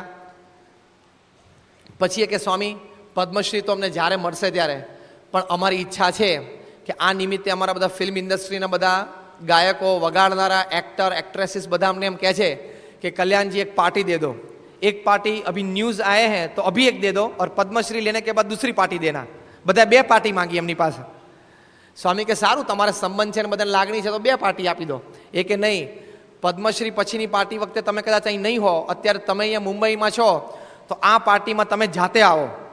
સ્વામી કે અમારે મર્યાદા હોય, સભાની મર્યાદા હોય, ત્યાં બધા તમારા મોટા મોટા માણસો આવ્યા હોય, પાછા બહેનોને પાછળ બેસવાનું થાય, અમે બેઠા હોય એટલે વળી એમાં કોઈને ગમે ન ગમે, કારણ કે બધા મોટા ઘરના હોય, ભણેલા હોય, બીજા આમ અનેક પ્રકારની વિચારધારા ધરાવતા હોય. સ્વામી કે અહીંથી તમને આશીર્વાદ આપી દઈએ છીએ કે ના ના સ્વામી તમે આવો ના આવો. અને પરાણે સ્વામીને કલ્યાણજી આનંદજી એમના ઘરે લઈ ગયા અને એમના જ ઘરના બેકયાર્ડમાં આખું ફંક્શન હતું. અને બોલિવૂડ ફિલ્મ ઇન્ડસ્ટ્રીના સારામાં સારા ગાયકો, વગાડનારા એક્ટર ને એક્ટ્રેસીસ બધા હાજર હતા. અને તે વખતે વિવેક સાગર સ્વામી હિન્દીમાં પ્રવચન કર્યું, શરૂઆતમાં ધૂન પ્રાર્થના કીર્તન થયેલા અને પછી કલ્યાણજી આનંદજીએ હાર તોરા બાપાને કર્યા. સ્વામી એમને હાર પહેરાવ્યા. કલ્યાણજીએ 10 મિનિટ 5 મિનિટ પ્રવચન કર્યું, આનંદજી 5 મિનિટ બોલ્યા, બાપાનો મહિમા કહ્યો. પછી સ્વામી આશીર્વાદ શરૂ કર્યા. સ્વામી તો હિન્દી બોલે છે, એ પરફેક્ટ હિન્દી તો બોલતા નથી. હવે આ બધા સામે ફિલ્મ ઇન્ડસ્ટ્રીના બધા ખેરખાઓ એ તો હિન્દી કેવું બોલતા હોય, અને સ્વામીએ તો એકદમ ભગવાનને સંભાળીને હિન્દી બોલવાનું ચાલુ કર્યું. એમાં હમણાં જે આપણે પ્રસંગ સાંભળ્યો, જે ગ્વાલિયરના ગવૈયાઓ જુનાગઢ આવ્યા હતા અને પ્રેમાનંદ સ્વામીનું સંગીત સાંભળ્યું, એ આખો પ્રસંગ પ્રમુખ સ્વામી મહારાજે આ સભામાં જાતે કીધો. અને પછી એકદમ ચાલુ પ્રવચને કે સ્વામી કે પ્રેમાનંદ સ્વામી જેવું ગાતા એવું અમારું આ યોગીચરણ ગાય છે. યોગીચરણ એક કીર્તન ગાવ કે ચાલુ પ્રવચન. તો યોગીચરણ સ્વામી કે અત્યારે કયું કીર્તન ગાવું? ત્યાં હાર્મોનિયમ નહીં, કંઈ તબલા નહીં, કશું હતું નહીં. તો અંદરથી પેલું બેબી હાર્મોનિયમ હોય ને, કલ્યાણજીના છોકરાનું હશે આવડું નાનું બેબી હાર્મોનિયમ, એ કોક લઈ આવ્યું, એની ઉપર સૂર સેટ કરી અને એ યોગીચરણ સ્વામી એક વખતે સંત પરમ હિતકારી જગતમાં સંત પરમ હિતકારી એ કીર્તન ગાયું, આલાપ ને સૂર જબરદસ્ત. અને બધા એટલા રાજી થઈ ગયા. કલ્યાણજી સભામાંથી ઊભા થઈને યોગીચરણ સ્વામીને ઊભા કરીને ભેટ્યા અને પછી માઇક ઉપર બોલ્યા કે આવો એક ગાયક જો બોલિવૂડમાં હોય તો કરોડો રૂપિયા કમાય. આવો ગાયક જો અત્યારે બોલિવૂડમાં હોય તો કરોડો રૂપિયા કમાય. અને એ યોગીચરણ સ્વામી તમે જુઓ તો પ્રમુખ સ્વામી મહારાજની સેવક તરીકે અત્યારે દાસ ભાવે રહે છે. આવા તો 500 સંતોના આખ્યાનો છે. આ વિવેક સાગર સ્વામીના પ્રવચનો આપણે સાંભળીએ છીએ. વિવેક સાગર સ્વામીએ 74માં ન્યુયોર્કમાં ત્યાં મેડિસન પેલું આપણે હોલ છે ત્યાં પ્રવચન કર્યું અને જૈનાચાર્ય સુશીલ કુમારજી આમ સામે બેઠેલા. એટલા બધા વિવેક સાગર સ્વામીની વિદ્વતભરી વાણીથી પ્રભાવિત થઈ ગયા. પ્રવચન પતિને દોડીને સ્ટેજ ઉપર આવ્યા અને સુશીલ કુમારજી વિવેક સાગર સ્વામીને કે મને તો એમ થાય છે કે તમારા જેવા વિદ્વાનને મેં કોઈ દિવસ સાંભળ્યા નથી. અને હું અંદરથી છાતી ઠોકીને કહી શકું કે પ્રમુખ સ્વામી મહારાજ પછી તમે ગાદી ઉપર આવશો. આવું એ બોલ્યા. અને વિવેક સાગર સ્વામીને તો જેના સાંભળવામાં મોટો અપરાધ થઈ ગયો હોય અને પોતાથી મોટો ગુનો થઈ ગયો કે ઓહો મારા ગુરુ વિશે હું કઈ રીતે સાંભળી શકું. સુશીલ કુમારજીને કે જો સુશીલ કુમારજી, તમારાથી આવું બોલાય પણ નહીં અને મારાથી આવું સંભળાય પણ નહીં. હું તમને એક વાત કહું કે રાવણની સભામાં જ્યારે અંગદે પગ રોપ્યો અને કોઈથી પગ ખસ્યો નહીં, રાવણ પોતે પછી ઊભા થયા અને પછી કીધું લાવો હું એમનો પગ ખસેડું, ત્યારે અંગદે એમને કીધું કે મારો પગ શું કામ પકડો છો, હું તો એક સેવક છું રામનો, રામના પગ પકડો તો તમારું કલ્યાણ થઈ જશે. એમ પ્રમુખ સ્વામી મહારાજ પાસે સોનાના પથ્થરમાં ખાનારા છે, ચાંદીના પથ્થરમાં ખાનારા છે, રૂપાના પથ્થરમાં ખાનારા છે, અને હું તો છેલ્લી કક્ષાનો છિપ્પર ઉપર ખીચડી નાખીને ખાનારો છું. મારી કક્ષા એવી છે, તમારાથી આવું બોલાય નહીં, મારાથી સંભળાય નહીં. હવે જો આટલા વિદ્વાન છે, દેશ પરદેશમાં આવા પ્રવચનો કર્યા છે અને કેટલી મોટી સંપ્રદાયની સેવા કે પ્રગટની ઓળખાણ હજારો અને લાખો મુમુક્ષુને કરાવી છે, પણ આમ દાસ ભાવે પ્રમુખ સ્વામી મહારાજ પાસે રહે છે. તો આવા સંતો જે શ્રીજી મહારાજના વખતમાં નિત્યાનંદ સ્વામી, બ્રહ્માનંદ સ્વામી હતા, એવા સંતો આજે પ્રમુખ સ્વામી મહારાજના સાનિધ્યમાં આપણને જોવા મળે છે. એટલે આપણને બધા એક કપડામાં દેખાય છે અને હરતા ફરતા એમને એમ દેખાય છે. ઘણાને બહાર તો હોય કે સ્વામિનારાયણના સાધુને શું, તો કે માળા ફેરવે સવારે, પછી આરતી કરે, પછી કથા કરે, અને પછી બપોરે આમ કંઈક જમવાનો ટાઈમ થાય એટલે લાડુ જે બનાવે બે ખાઈને દાળ પીને બપોરે આમ ઊંઘી જાય 2 કલાક, અને પછી સાંજે ઉઠીને ગામમાં 2 જગ્યાએ પધરામણી કરી, સભા કરીને રાતે ચેષ્ટા બનીને સૂઈ જતા હશે. આ ભક્તિ સંબંધી ક્રમ બરોબર છે, પણ વચ્ચે વચ્ચે જે સ્વામિનારાયણના સાધુ કામ કરે છે એ આજે ભારત વર્ષમાં કે આંતરરાષ્ટ્રીય કક્ષા ઇન્ટરનેશનલ સારા સારા પ્રોફેશનલ્સ નથી એ વર્ક આપી શકતા. આ દિલ્હીનું અક્ષરધામ તમે જોયું, તમારામાંથી કેટલા બધાએ અક્ષરધામ જોયું છે દિલ્હીનું? આંગળી ઊંચી કરો. બહુધા આપણે જોયું છે, 90%.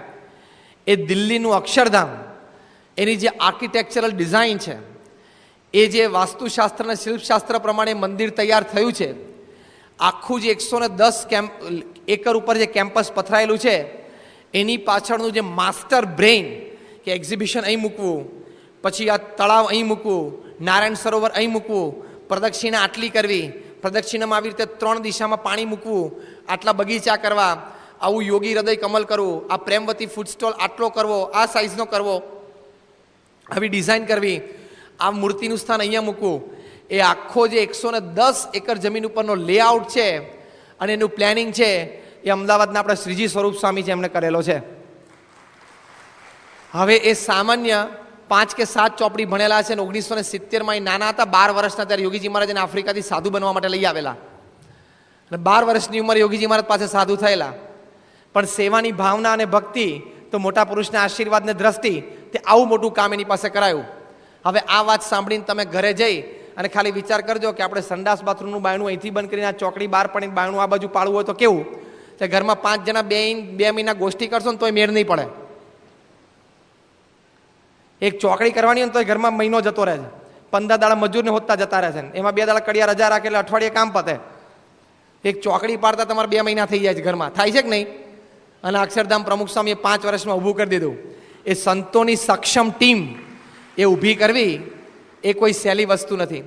તો જો આવા સંતો છે પ્રમુખ સ્વામી મહારાજ પાસે, આ તો આપણે 2-4 સંતોની વાતો કરી, પણ આવા સેંકડો સંતો એ પરમ પૂજ્ય પ્રમુખ સ્વામી મહારાજની આજ્ઞાથી અને એમની ઈચ્છાથી આજે દેશ પ્રદેશમાં ઉત્તમ કાર્ય કરે છે અને હજારો અને લાખો લોકોને ભગવાનમાં શ્રદ્ધા આ સંતોની વાણીથી અને વર્તનથી થાય છે.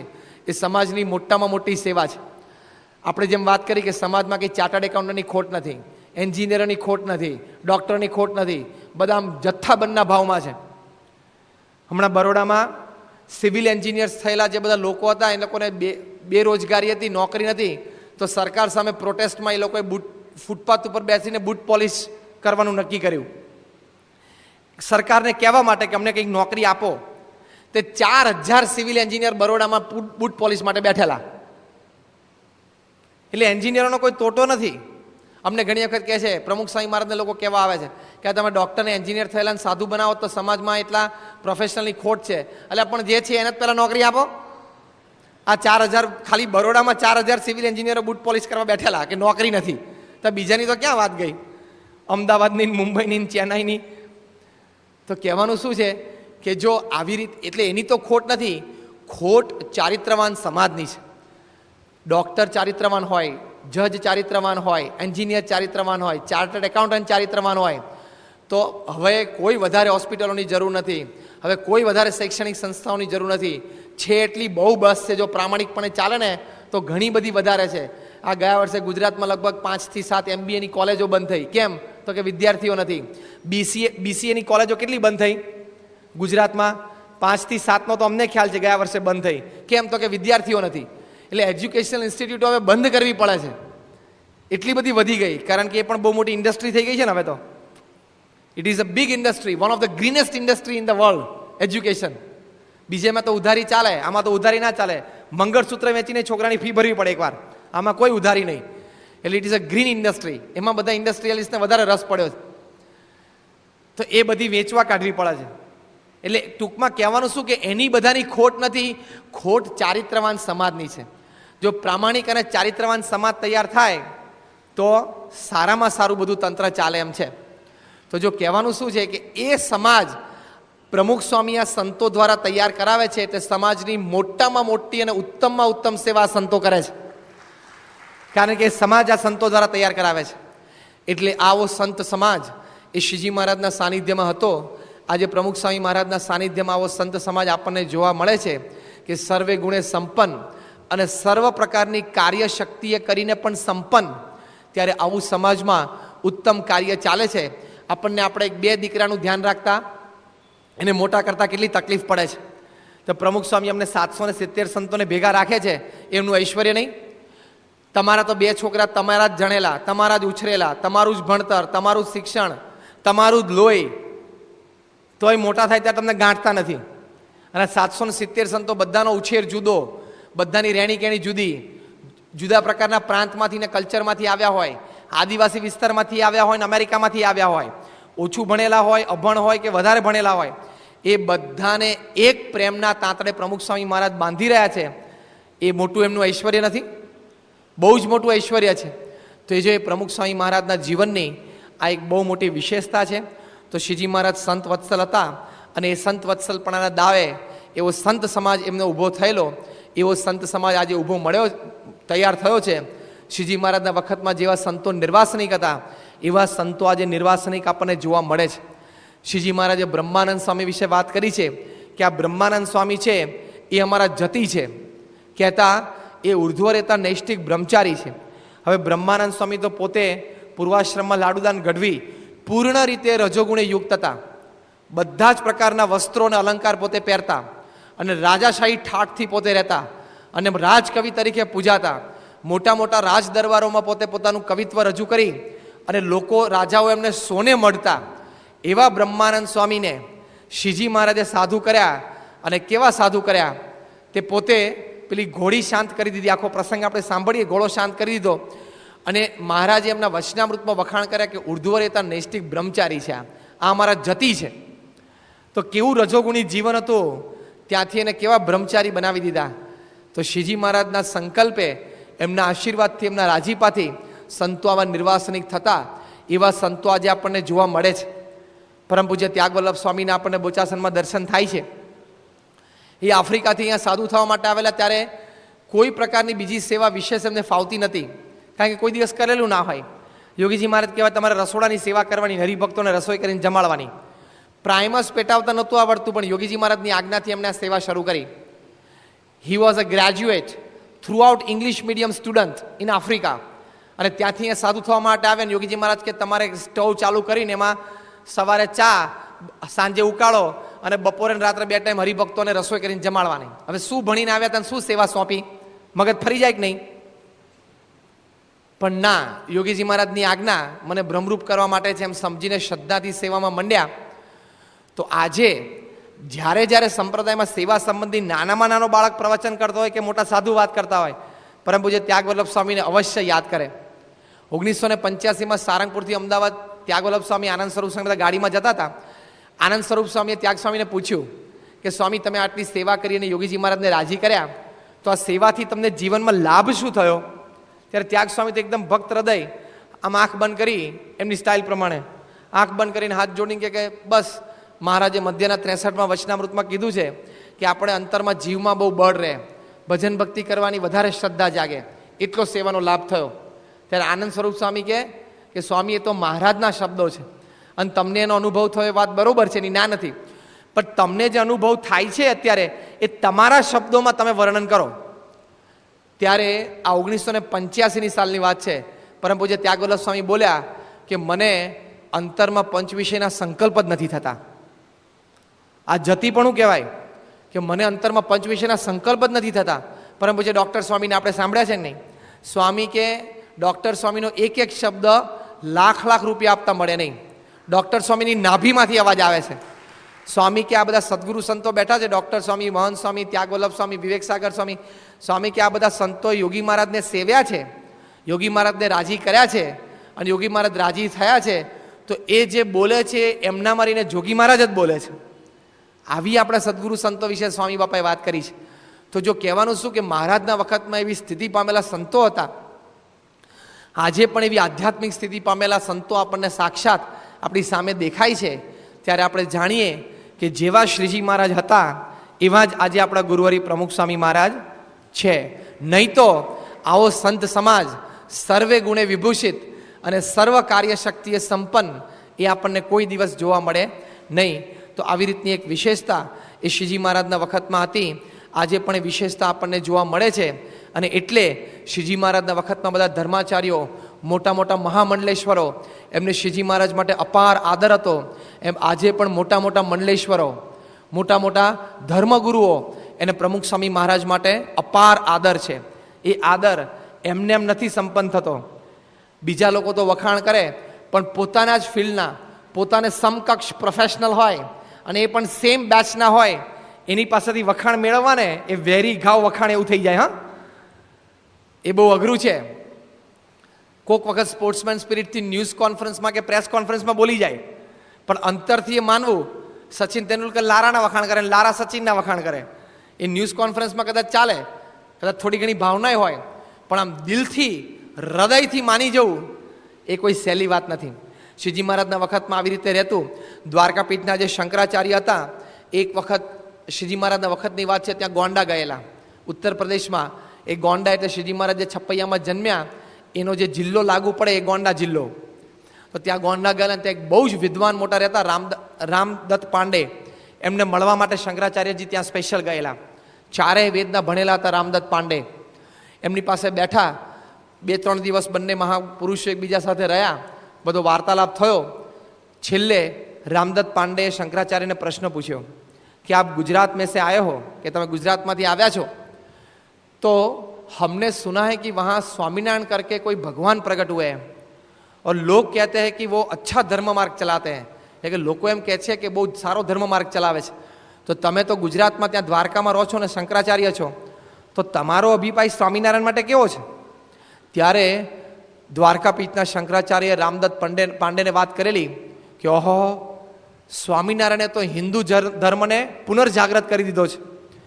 એમણે તો શાસ્ત્રમાં લખ્યું એવું બ્રહ્મચર્ય વ્રત પોતે પાળે છે અને પોતાના સંતો પાસે પડાવે છે. સ્ત્રી અને ધનના ત્યાગી સંતો શાસ્ત્રમાં વાત હતી, એ આજે સાક્ષાત એમને મૂર્તિમાન સમાજમાં ફરતા મૂક્યા છે. શાસ્ત્રમાં એકાંતિક ધર્મ, ધર્મજ્ઞાન, વૈરાગ્ય, ભક્તિની વાતો છે, એવો એકાંતિક ધર્મ એમણે પૃથ્વી ઉપર આ સંતો દ્વારા સ્થાપન કર્યો છે. અને ઓહો, એનાથી મોટી વાત કે કેટલી મર્યાદા પ્રમાણે સ્વામિનારાયણની સભા બેઠી હોય, પુરુષો પુરુષોના સ્થાને, મહિલાઓ મહિલાઓના સ્થાને, એવી રીતે પૂર્ણ રીતે મર્યાદા પ્રમાણે એ સભા બેઠી હોય. આવું તો સ્વામિનારાયણના સાનિધ્યમાં જોવા મળે છે. માટે સ્વામિનારાયણે તો હિન્દુ ધર્મની વાટ એ પુનઃ પ્રજ્વલિત કરી દીધી છે. એમ કરતાં શંકરાચાર્યજીએ એ સ્વામિનારાયણ ભગવાનનો ખૂબ મહિમા રામદત્ત પાંડે પાસે ગાયેલો. એમ આજે પ્રમુખ સ્વામી મહારાજ પ્રત્યે પણ મોટા મોટા ધર્મગુરુઓને અપાર આદર થાય છે. અને એ જ્યારે ધર્મગુરુઓને થાય ને ત્યારે એ વાત આપણને સાચી મનાય. કારણ કે એ માર્ગે જે ચાલ્યા હોય ને, એ માર્ગે થોડા ઘણા ચાલ્યા હોય ને, એ વખાણ કરે ને એ બરાબર છે. બાકી એમને કોઈ વખાણ કરે, આપણે અત્યારે બધા ભેગા થઈ અને સચિન તેંડુલકરના વખાણ કરીએ તો છાપામાં આવે. મોટા આપણે અહીંયા એન્જિનિયર, ડૉક્ટર, ચાર્ટર્ડ એકાઉન્ટન્ટ કે બધા જજ સાહેબો બેઠા છે, આપણે વખાણ કરીએ સચિનના, છાપામાં આવે. પણ સુનિલ ગવાસ્કર એક સ્ટેટમેન્ટ આપે કે according to me is one of the greatest batsman and I compare him with Bradman.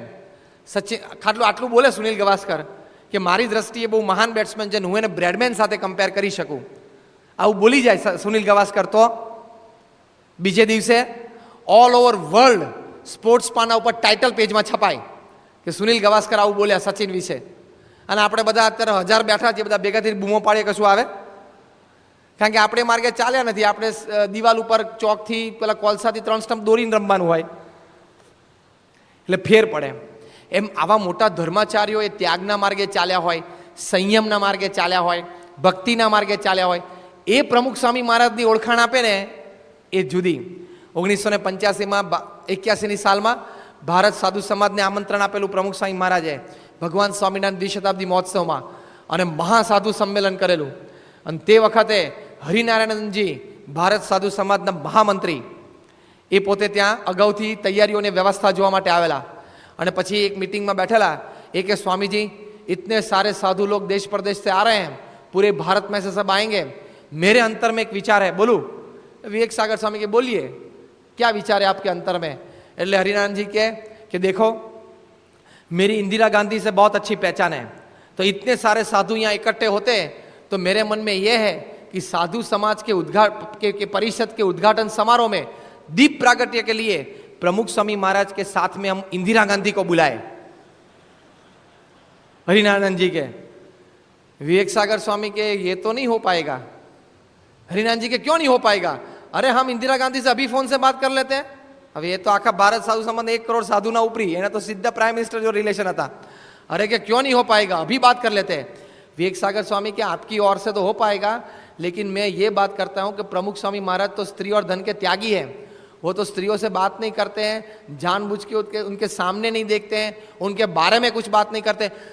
Harinarayan जी उभा थी गया, क्या बात करते हो, प्रमुख स्वामी महाराज ऐसा ब्रह्मचर्य व्रत रखते हैं?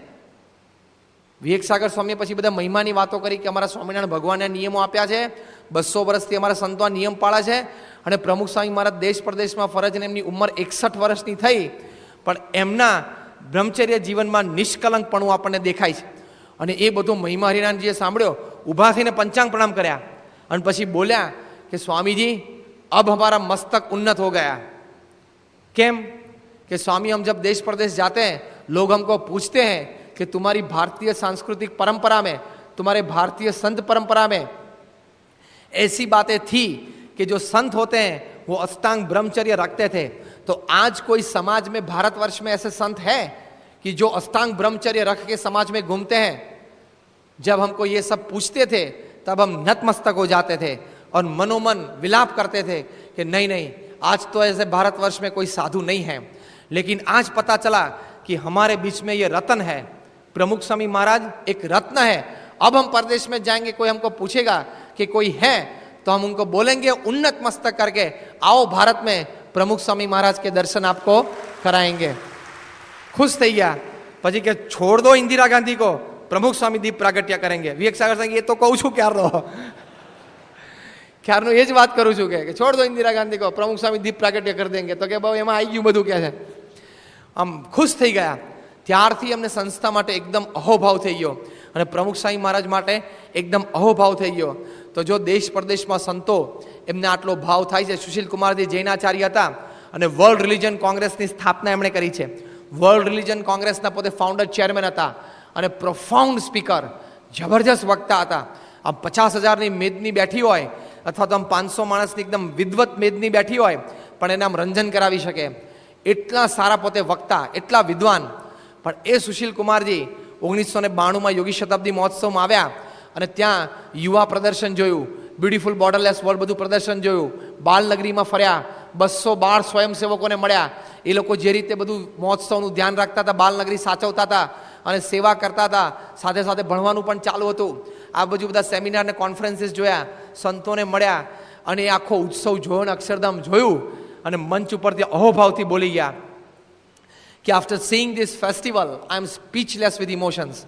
કે આ ઉત્સવ મેં જોયો ને, મારું આમ એટલો બધો અહોભાવ અંતરમાં પ્રગટ્યો, મને કોઈ શબ્દો જ મળતા નથી આનું વર્ણન કરવા. આઈ એમ સ્પીચલેસ વિથ ઇમોશન્સ. અને પછી જે વાક્ય બોલ્યા છે, અદ્ભુત બોલ્યા એ કે I have gone around the world many times in more than 50 countries of the world. દેશ પ્રદેશમાં હું ઘણો ફર્યો છું, દુનિયાના 50 દેશોમાં અનેક વખત ફર્યો છું, પણ I could tell with confidence for this world one Pramukh Swami is enough. આ દુનિયા માટે એક પ્રમુખ સ્વામી તો બહુ થઈ પડશે. He would generate thousands of Pramukh Swami and unburden the load of this world. એક પ્રમુખ સ્વામી હજારો પ્રમુખ સ્વામી પૃથ્વી ઉપર પેદા કરશે. આ બધા સંતો, કાર્યકરો, હરિભક્તો જે ચારિત્રવાન સમાજ તૈયાર કરે છે એ પ્રમુખ સ્વામી પોતાનો અંશ જ તૈયાર કરે છે ને. એક પ્રમુખ સ્વામી હજારો પ્રમુખ સ્વામી તૈયાર કરશે અને પૃથ્વી પર જે અનાચાર અને અધર્મનો ભાર છે એને દૂર કરશે, એનો મને વિશ્વાસ છે. આ સુશીલ કુમારજી એ 30,000 માણસની હાજરીમાં પોતે અહોભાવથી બોલેલા. ચિદાનંદ સ્વામી છે દિવ્ય જીવન સંઘના ફાઉન્ડર ચેરમેન, અત્યંત તપસ્વી, વયોવૃદ્ધ, તપોવૃદ્ધ, જ્ઞાનવૃદ્ધ સંત કહેવાય. અને ગીતા ઉપર જે બોલે છે, મોટા મોટા IAS ઓફિસર્સ સવારે 5 વાગે ત્યાં હરિદ્વારમાં કડકડતી ઠંડીમાં ઉઠીને નહીં ધોઈને હોલમાં આવીને બેસી ગયા હોય. શાર્પ 5 વાગે પ્રવચન શરૂ થાય, 5માં 1 મિનિટે બાણું બંધ થઈ જાય. આવા બુદ્ધિશાળી લોકો એમનો સમાગમ કરવા માટે રોકાય છે. અને છેલ્લા કેટલાય વર્ષોથી અનાજ તો જમ્યા જ નથી, ફળાહાર જ કરે છે, ગંગાના ઠંડા પાણીમાં સ્નાન કરે છે. અત્યારે તો એમની ઉંમર લગભગ 95 કે 98 વર્ષની છે. અત્યારે તો પોતે ત્યાંથી દેહરાદૂન બીજા આશ્રમમાં શિફ્ટ થઈને ત્યાં પોતે બીમાર છે એટલે ત્યાં આરામ કરે છે. પણ એ ચિદાનંદ સ્વામી, એમને પ્રમુખ સ્વામી મહારાજ સાથે મુલાકાત થઈ અને સ્વામીશ્રીના નિયમ ધર્મ જાણ્યા અને પ્રમુખ સ્વામી મહારાજની રહેણી કેણી જાણી, પ્રમુખ સ્વામી મહારાજની સેવા અને ભક્તિ જાણી, એમના દ્વારા જે કાર્યો પૃથ્વી ઉપર થયા છે એ બધું જાણ્યું અને અંતરથી એમને અહોભાવ થઈ ગયો. અને જ્યારે પ્રમુખ સ્વામી મહારાજ એમના આશ્રમમાં 87ની સાલમાં પધાર્યા ત્યારે એમના સર્વે આશ્રમવાસીઓને ભેગા કરીને એમણે વાત કરેલી. બધા જ આશ્રમવાસીઓને ભેગા કર્યા અને પોતે કીધું કે આજે આપણા આશ્રમમાં ગંગા, યમુના અને સરસ્વતી ત્રણેય આવી ગયા. આજે આપણા આશ્રમમાં બદ્રીનાથ અને કેદારનાથ બધું આવી ગયું. કારણ કે પ્રમુખ સ્વામી મહારાજના ચરણ આજે આપણા આશ્રમમાં પડ્યા છે, માટે આ પવિત્ર થઈ ગયું. અને પછી એ બોલ્યા કે આ બધી વાત, in seeing saints like him one has seen the lord. આવા સંતના દર્શન થાય છે ત્યારે તમને સાક્ષાત ભગવાનના દર્શન થાય છે એમ તમે માનજો. આવું ચિદાનંદ સ્વામી આ માર્ગે આગળ વધેલા એ બોલ્યા. અને પછી છેલ્લે બોલ્યા કે I am not being emotional, I am being honest. કે હું એકદમ ભાવમાં આવી જઈ, ભાવાત્મક થઈને વાતો નથી કરતો, હું બહુ પ્રામાણિકપણે આ વાત કરું છું, સમજી વિચારીને વાત કરું છું. એમને આટલો બધો અહોભાવ. 91ની સાલમાં પ્રમુખ સ્વામી મહારાજે એમને અમેરિકા CFI ઉત્સવમાં ખાસ પ્રવચન અને આશીર્વાદ આપવા માટે ખાસ બોલાવેલા. પોતે પધાર્યા હતા અને સ્વામી બાપા એ વખતે એમનું શાલ ઓઢાડીને સન્માન કરેલું. બીજે વર્ષે 92ની સાલમાં ધર્મવત્સલ સ્વામી અને બ્રહ્મવિહારી સ્વામી બંને સંતો એમને હરિદ્વાર આમંત્રણ આપવા માટે ગયા કે પ્રમુખ સ્વામી મહારાજે ખાસ અમને મોકલ્યા છે. અને સ્વામીએ કીધેલું કે મારા વતી ચિદાનંદ સ્વામીને દંડવત કરજો. બંને સંતોએ દંડવત કર્યા અને ચિદાનંદ સ્વામી મળ્યા, મુલાકાત થઈને બેઠા. તો એ ધ્યાનમાંથી જ હજી ઉઠેલા. બપોરે 3 થી 4 કલાક ધ્યાન કરે તો એ ધ્યાનસ્થ મુદ્રામાંથી ઉઠેલા અને પહેલી જ મુલાકાત આ બે સંતોને આપી. એ વખતે એમના સેવક સંત એમની માટે થોડું આમ ગરમ પાણી લઈને આવ્યા, જે રેગ્યુલર એ પોતે પીતા હશે. ધ્યાન કર્યા પછી પીધું અને પછી આમ લાઇટ ચાલુ થઈ ઓરડાની, તો પોતે શરીર ઉપર પેલી શાલ ગરમ ઓઢેલી હતી. સંતોએ સહેજે પૂછ્યું કે તમને આ ઊન છે, આ વુલન, તો શરીર ઉપર ડાયરેક્ટ ઓઢો છો તો તમને આમ કરડતું નથી? ઊન સીધી આપણે શરીર ઉપર પહેરે તો આપણે જરા કરડે, તો વચ્ચે કંઈક આમ પાતળું વસ્ત્ર તમે પહેરતા હો તો ચિદાનંદ સ્વામી એકદમ મહિમાથી આંખ બંધ કરીને બોલ્યા કે આ શાલ કોઈ સામાન્ય શાલ નથી. આ ગયા વર્ષે અમેરિકામાં મને પ્રમુખ સ્વામીએ જાતે શાલ ઓઢાડી છે. અને ત્યારથી હું જ્યારે ધ્યાન કરવા બેસું છું ત્યારે મારું વસ્ત્ર, ઉપરનું વસ્ત્ર કાઢી અને આ શાલ ઓઢીને બેસું છું. પણ મને એવી પ્રતીતિ છે કે જ્યારથી આ શાલનો સીધો સ્પર્શ મારી ધ્યાન મુદ્રા વખતે મારા શરીરને થાય છે તો મારા મેડિટેશનમાં ઘણું બધું ઇમ્પ્રુવમેન્ટ આવી ગયું છે. મારા ધ્યાનમાં ઘણું બધું મને આગળ પ્રગતિ થઈ છે. એવો મને અનુભવ પ્રમુખ સ્વામી મહારાજ શાલ ઓઢાડીમાં થયો છે. જો કેટલો બધો અહોભાવ પ્રમુખ સ્વામી મહારાજ માટે છે. પાંડુરંગ આઠવલ્લે દાદાજી એ કાયમ પ્રમુખ સ્વામી મહારાજ માટે કહેતા કે પ્રમુખ સ્વામીને ખિસ્સું જ નથી, પૈસા રાખે ક્યાં? પ્રમુખ સ્વામીના વસ્ત્રમાં ક્યાંય ખિસ્સું જ નથી કહે છે. પછી એ પૈસા રાખે ક્યાં કહે છે? કૃષ્ણશંકર શાસ્ત્રીજી આવા મોટા ભાગવતાચાર્ય, 1000થી વધારે ભાગવત પારાયણ એમને દેશ પ્રદેશમાં કરેલી છે. એ પોતે પ્રમુખ સ્વામી મહારાજ માટે કહેતા કે નિર્માણીપણું એ પ્રમુખ સ્વામી મહારાજની પ્રભુદત્ત પ્રકૃતિ છે. અને પોતે કહેતા કે પ્રમુખમાં શ્રીજીનું મુખ રહેલું છે, કે ભગવાન સ્વામિનારાયણનું મુખ એમનામાં આપણને જોવા મળે છે. તો જો આવા બધા મહાન આચાર્યો, ધર્મગુરુઓ, સંતોને પ્રમુખ સ્વામી મહારાજ પ્રત્યે અપાર આદર અને અપાર પ્રેમ રહેલો છે, ચિદાનંદ સ્વામી એક વખત બાય રોડ જયપુરથી અમદાવાદ આવતા હતા અને પેલું ગુજરાતનું બોર્ડરનું ઉપર બોર્ડ આવ્યું એટલે એમની ગાડી ઊભી રખાવી. એમની ગાડીમાં પાછળ એમના જ આશ્રમના એક મહિલા આશ્રિત, એટલે કે ત્યાં આજીવન રહ્યા હોય, એ પાછળ બેઠેલા ગાડીમાં, અને ચિદાનંદ સ્વામી ગાડી ઊભી રખાવી. અને પછી પેલા એમના મહિલા શિષ્ય હતા, એમને કીધું કે આપ દૂસરી ગાડીમાં બેઠ જાઓ. એટલે એમને આશ્ચર્ય થયું કે કોઈ દિવસ આવું કહે નહીં. પછી એ મહિલા તો ઉતરી અને પાછલી બીજી ગાડીમાં 3-4 ગાડીઓ હતી એમાં પાછળ બેસી ગયા. બીજા પુરુષો અને મહિલા શિષ્યો બધા એમાં બેઠેલા હતા, એમની સાથે બેઠા. એટલે સેવકે, એમના જે સેવક સંત હતા, એમને ચિદાનંદ સ્વામીને પૂછ્યું कि आपने क्यों ऐसा किया कि आपके जो शिष्य हैं, आप वो रिपोर्ट सब लिखते हैं, तो आपने उनको पिछली गाड़ी में बैठा दिया. फिर चिदानंद स्वामी बोला कि देखा ये बोर्ड देखो, अब गुजरात प्रदेश आ गया, प्रमुख स्वामी की ब्रह्मचारी भूमि शुरू हो गई. प्रमुख स्वामीની બ્રહ્મચારીની ભૂમિ શરૂ થઈ ગઈ. હવે આપણી ગાડીમાં જેમ પ્રમુખ સ્વામી મહારાજની ગાડીમાં કોઈ મહિલા ના હોય, એમ આપણી ગાડીમાં પણ કોઈ મહિલાને બેસાડાય નહીં. કેટલો આદર હશે પ્રમુખ સ્વામી માટે કે પ્રમુખ સ્વામીના બ્રહ્મચર્યની ભૂમિ શરૂ થઈ ગઈ હવે ગુજરાત. કેટલો આદર એમને અંતર. આ તો એમના સેવક સંતે આપણને વાત કરી ત્યારે આપણને ખબર પડી. તો જો આટલો બધો આદર દેશ પરદેશમાં આવા મહાન સંતોનો પ્રાપ્ત કર્યો છે, અને સાથે સાથે બધા બહુ જ મોટા મોટા બુદ્ધિશાળી લોકો હોય એને પણ અપાર આદર પ્રમુખ સ્વામી મહારાજે પ્રાપ્ત કરેલો છે. કારણ કે આવો સંપ્રદાય ચલાવવો એ ખાલી માળા ફેરવાથી કે ભગવાનનું ભજન કરવાથી આટલો બધો સંપ્રદાયનો વ્યવહાર ના ચાલે. કેવળ એના આશીર્વાદથી થાય એમાં ના નથી, ભગવાનનું ભજન મુખ્ય છે. પણ પ્રમુખ સ્વામી મહારાજની જે વ્યવહાર કુશળતા છે, એમની જે બુદ્ધિ શક્તિ છે, એમની જે યાદ શક્તિ છે, એ ગજબની છે. શ્રીજી મહારાજ એટલા જ વ્યવહાર કુશળ હતા. હા, બહુ જ વ્યવહાર કુશળ હતા. શ્રીજી મહારાજ રોજ દાદા ખાચરના દરબારમાંથી ચાલતા ચાલતા કથા કરીને અક્ષર રોડીએ પધારે ત્યારે જોદો ભરવાડ, બીજલ ભરવાડ, એ બધા ભરવાડો ઊભા હોય, અને એ દિવસે જે દૂધ દોઈને આવ્યા હોય એ દૂધ બધું મૂકતા, ગળા બધા ત્યાં મૂકેલા હોય, અને ઉપરના પેલા છીબા હોય ને કાઢી મૂકી આમ બાજુ પર મૂક્યા હોય, એટલે ખુલ્લા દેગડા પડ્યા હોય. તો શ્રીજી મહારાજ ત્યાંથી પસાર થાય ને તો મહારાજ પોતે કહેતા કે આજે દૂધ ઓછું છે, આજે દૂધ વધારે છે, અથવા તો બોલતા કે આ દૂધ આ ગળામાં પાતળું છે થોડું, આ દૂધ થોડું જાડું છે. દૂરથી નજર જોઈને શ્રીજી મહારાજ કહી દેતા. વળી અમુક જે પેલી ભેંસને ગાયો હતી જે જાતવાન, તો એનું દૂધ જોઈને શ્રીજી મહારાજ કહેતા કે આ ગાયનું આ દૂધ છે, આ ભેંસનું આ દૂધ છે. એટલા વિચક્ષણ એ શ્રીજી મહારાજ હતા, એટલા બુદ્ધિશાળી હતા. સાક્ષાત ભગવાન હતા, પણ એમની બુદ્ધિ લૌકિક દ્રષ્ટિ આટલી બધી તીવ્ર હતી. એમ પ્રમુખ સ્વામી મહારાજની બુદ્ધિ પણ અત્યંત તીવ્ર છે, જબરજસ્ત બુદ્ધિશાળી છે. એમને અમને 770 કંટ્રોલમાં રાખે. પ્રમુખ સ્વામી ના હોય તો એક અહીંયા આ બધા કંટ્રોલમાં રહેવા છે. તમે જેમ વેપાર ધંધો નોકરી કરી શકો એમાં બધા વેપાર ધંધો નોકરી કરી શકે એમ નથી. બધું બધા સક્ષમ છે, પણ પ્રમુખ સ્વામી પાસે હાથ જોડીને કેમ ઊભા રહ્યા છે? બે, એમનું પવિત્ર જીવન અને નિસ્વાર્થ પ્રેમ, એમની કલ્યાણ આપવાની ભાવના, અને સામે બધા સંતોની કલ્યાણ લેવાની ભાવના, અને પછી એક નાનો દ્રષ્ટિકોણ લેવો હોય તો એ કે એમની બુદ્ધિ શક્તિ એ અદ્વિતીય છે. શ્રીજી મહારાજ આમ દૂધ જોઈને કહી દેતા. પ્રમુખ સ્વામી મહારાજ એકવાર વિદ્યાનગરમાં એન્ટર થયા, છાત્રાલયમાં અંદર આવ્યા, નવો જ રોડ બનાવેલો, ટારનો ડાંબરનો નવો રોડ. સામાન્ય 2 ઇંચ રોડ હોય, પણ હાઈવેના બધા રોડ 4-4 ઇંચના હોય, જાડા, હેવી ડ્યુટી બધા. એટલે ત્યાં જરા હેવી ડ્યુટી રોડ બનાવેલો સ્પેશિયલ પરમિશનથી, જાડો રોડ, છાત્રાલયમાં અંદર 4 ઇંચનો જાડો રોડ. એટલે ભગવત ચરણ સ્વામીએ આ રોડ બનાવેલો, બાપાને સમાચાર આપેલા. એટલે સ્વામી આમ કે આ પહેલી જ વખત આવતા હતા રોડ બંધાયા પછી. પ્રમુખ સ્વામી મહારાજ અંદર ગાડીમાં લાઇટ ચાલુ હતી અને પત્ર વાંચન કરતા હતા. આ પ્રમુખ સ્વામી મહારાજની ટેવ છે, ટ્રાવેલિંગ દરમિયાન એ પોતે હરિભક્તોના પત્રો વાંચે છે. અને એમાંય પાછું એ પત્રો વાંચે ને તો 15, 20, 25 પત્રો એક સાથે વાંચી લે.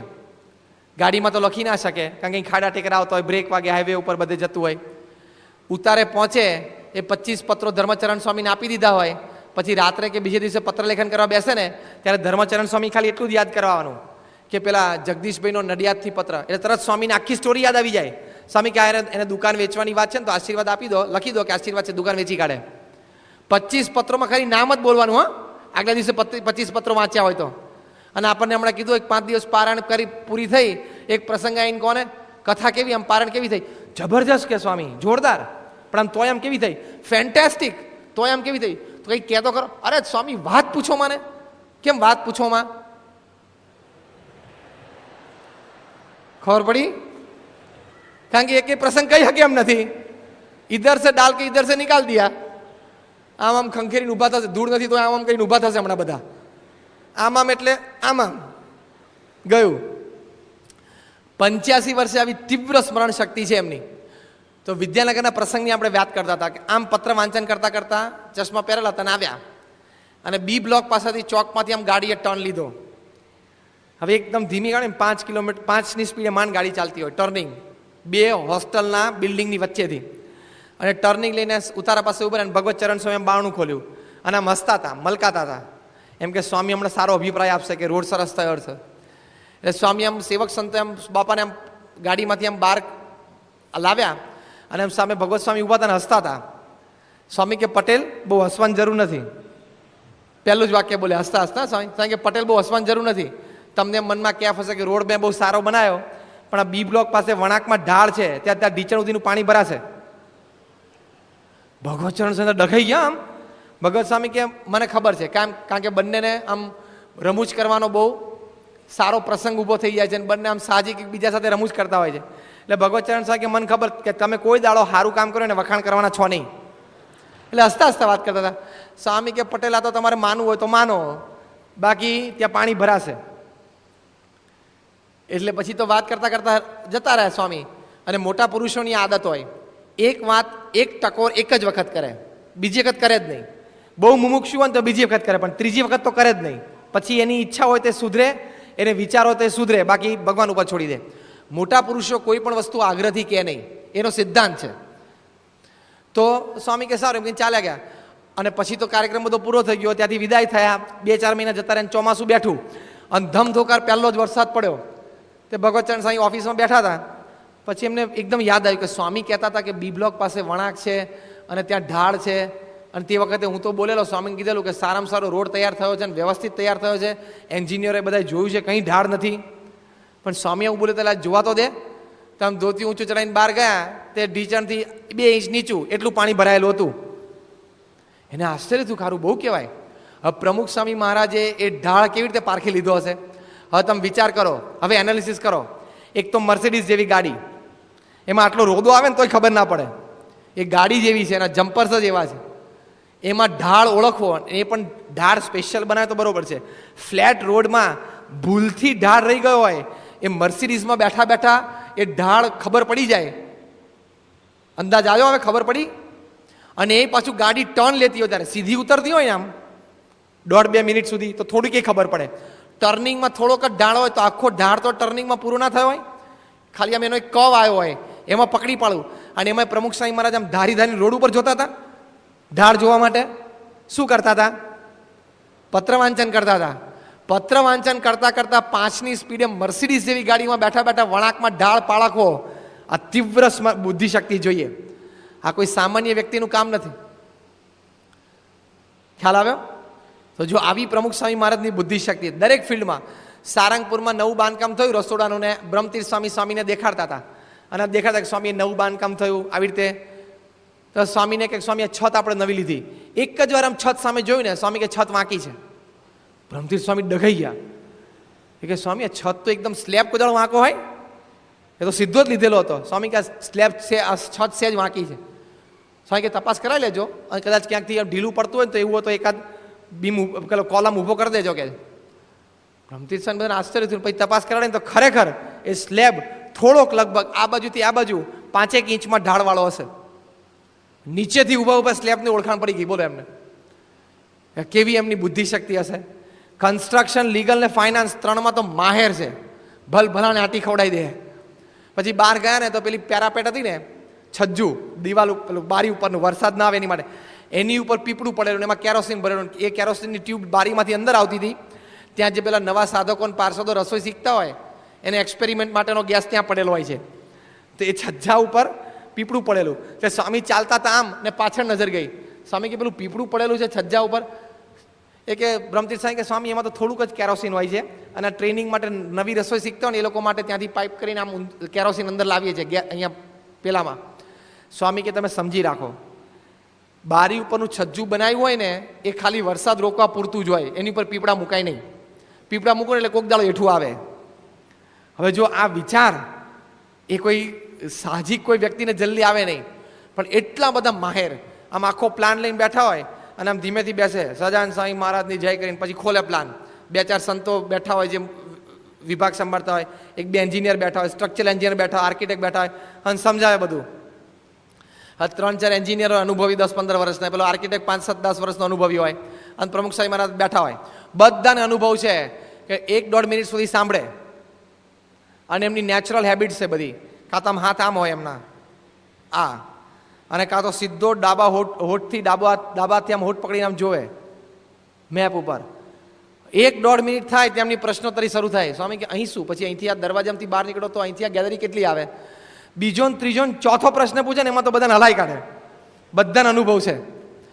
બધાને એમ થાય ખરું આ એક બાકી રહી ગયું, આ એક હોમવર્ક કરવાનું બાકી રહી ગયું.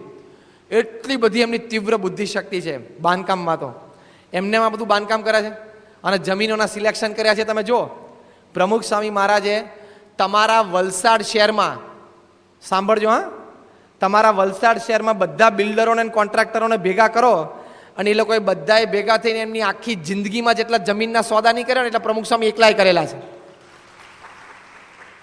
ખબર પડી? એ બધા ભેગા થઈને એમની આખી જિંદગીનું બિલ્ડિંગ ભેગું કરે ને તો પ્રમુખ સ્વામી તો ગિનીસ બુક ઓફ વર્લ્ડ રેકોર્ડ્સે પ્રમુખ સ્વામીનું નામ લખ્યું છે, the master builder of the 20th century. 20મી સદીના માસ્ટર બિલ્ડર છે. 650 મંદિરો ઊભા કર્યા. ગુજરાતમાં જમીનો જોઈ. હમણાં બેંગ્લોરમાં 1.5 અઠવાડિયા પહેલા શૈક્ષણિક સંસ્થા માટે પ્રમુખ સ્વામી મહારાજે જાતે જમીન જોવા નીકળ્યા. આપણે 1.5 અઠવાડિયા પહેલા 85 વર્ષની ઉંમરે. કેટલું ઝીલ હશે અંતરમાં. રાજકોટમાં શિખરબદ્ધ મંદિર બાંધ્યું. પ્રમુખ સ્વામી મહારાજના જીવનનો રેકોર્ડ છે કે કોઈ એક મંદિર માટે સૌથી વધારે જમીન જોઈ હોય તો એ રાજકોટના મંદિર માટે 22 જમીનો એમને જોઈ, પછી સિલેક્ટ કર્યું. આજે જે કંઈ રાજકોટ વાસીઓ બધા આવે એ લોકો એમ કહે છે કે કાલાવાડ રોડ ઉપર જે જમીનનું સિલેક્શન પ્રમુખ સામે કર્યું છે ને, હેટ્સ ઓફ. અહીંયા તિથલનું સિલેક્શન કેવું કર્યું છે? આમ દર્શન કરે તો ઠરી જાય ઠાકોરજી, પણ આમ ગોળ ફરે તો ઠરી જાય. પાછળ આમ સમુદ્રનો અવાજ આવતો હોય અને આમ લહેરો ઉછળતી હોય. સિલેક્શન તો બધું એમનું છે. ત્યાં અમેરિકામાં મેનહટનમાં ENTના સ્પેશિયાલિસ્ટ છે ડૉક્ટર પેલા નયન મહેતા. એ પોતે રિયલ એસ્ટેટનો પણ ઘણો બિઝનેસ કરે છે. તો ન્યૂ જર્સીમાં લોંગ આઇલેન્ડમાં જમીન જોવાની હતી. પ્રમુખ સ્વામી મહારાજ એમની મર્સિડીઝમાં બેસીને ગયેલા. એમને ભાવ હતો કે એકવાર મારી ગાડીમાં પ્રમુખ સ્વામી મહારાજ બેસે. તો ન્યુયોર્ક મંદિરથી નીકળ્યા. યજ્ઞવલ્લભ સ્વામી બે સંતો પાછળ બેઠા હતા અને પ્રમુખ સ્વામી મહારાજે રસ્તામાં બધી એમની સાથે વાતો કરી. ત્યાં લોંગ આઇલેન્ડ જમીન ઉપર ગયા ને તો 4 અમેરિકન રિયલ એસ્ટેટના બ્રોકર્સ, ધોળિયાઓ, જમીન વકરનું લેવેચ કરતા હોય ને, એ 4 જણા ત્યાં હતા. એ જમીનનો સોદો એ લોકો કરતા હતા. તે લોકો એ બધું દેખાડતા હતા અને ઇંગ્લિશમાં વાત કરે એટલે કોઈ સંત ગુજરાતીમાં પ્રમુખ સ્વામીને સમજાવે. પ્રમુખ સ્વામી પ્રશ્ન પૂછે એ પેલાને સમજાવે.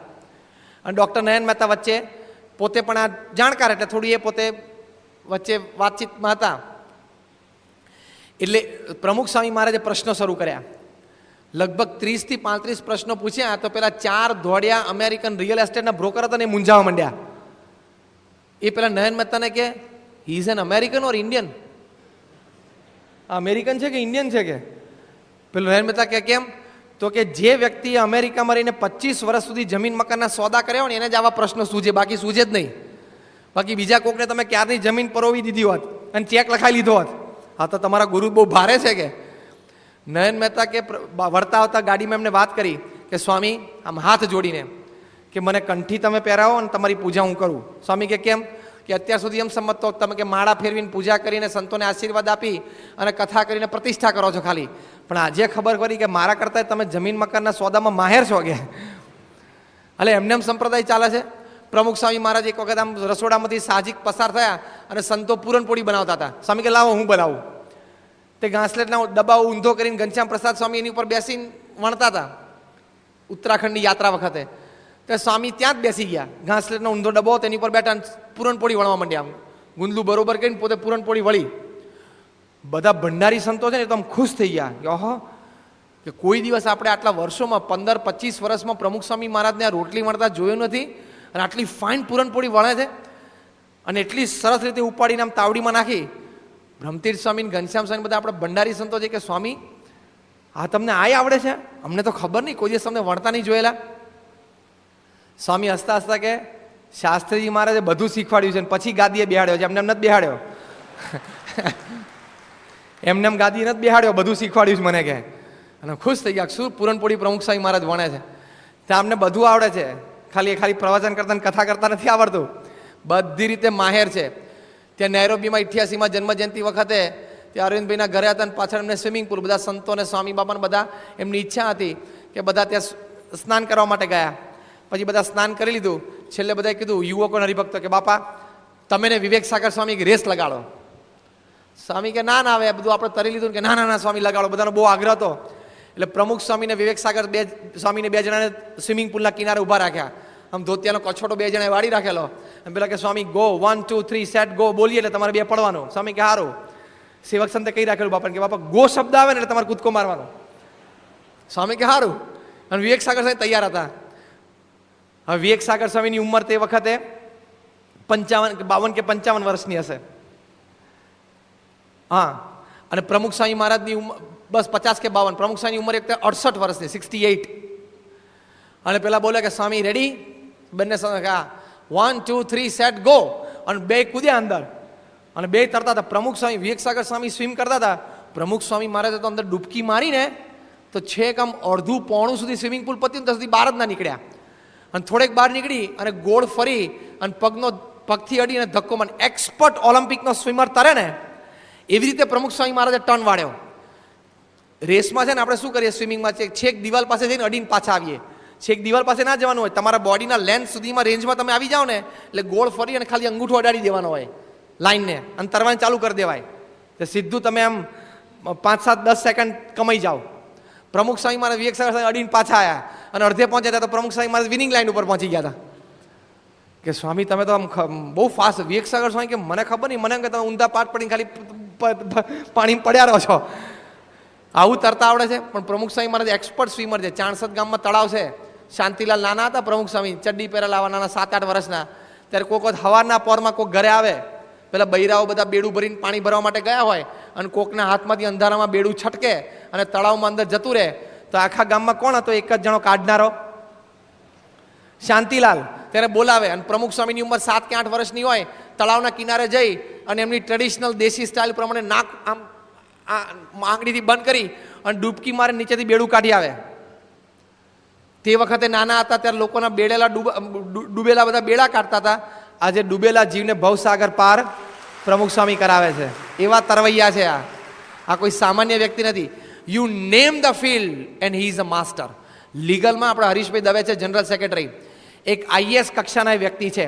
એની બધી ડિગ્રીઝ ભેગી કરો ને તો એક અડધું ફૂલસ્કેપનું પાનું ભરાય કે ભાઈ BCom, LLB, MCom, ડીલીટ એ બધી ડિગ્રીઝ એની ભેગી કરો ને તો અડધું પાનું ભરીને ભરાય. આપણી સંસ્થાના જનરલ સેક્રેટરી છે. એમના પ્રસંગોની વાત કરજત શિબિરમાં 94માં સંતોની હાજરીમાં કરેલી. 400 સંતો બેઠા એમને વાત કરી હતી.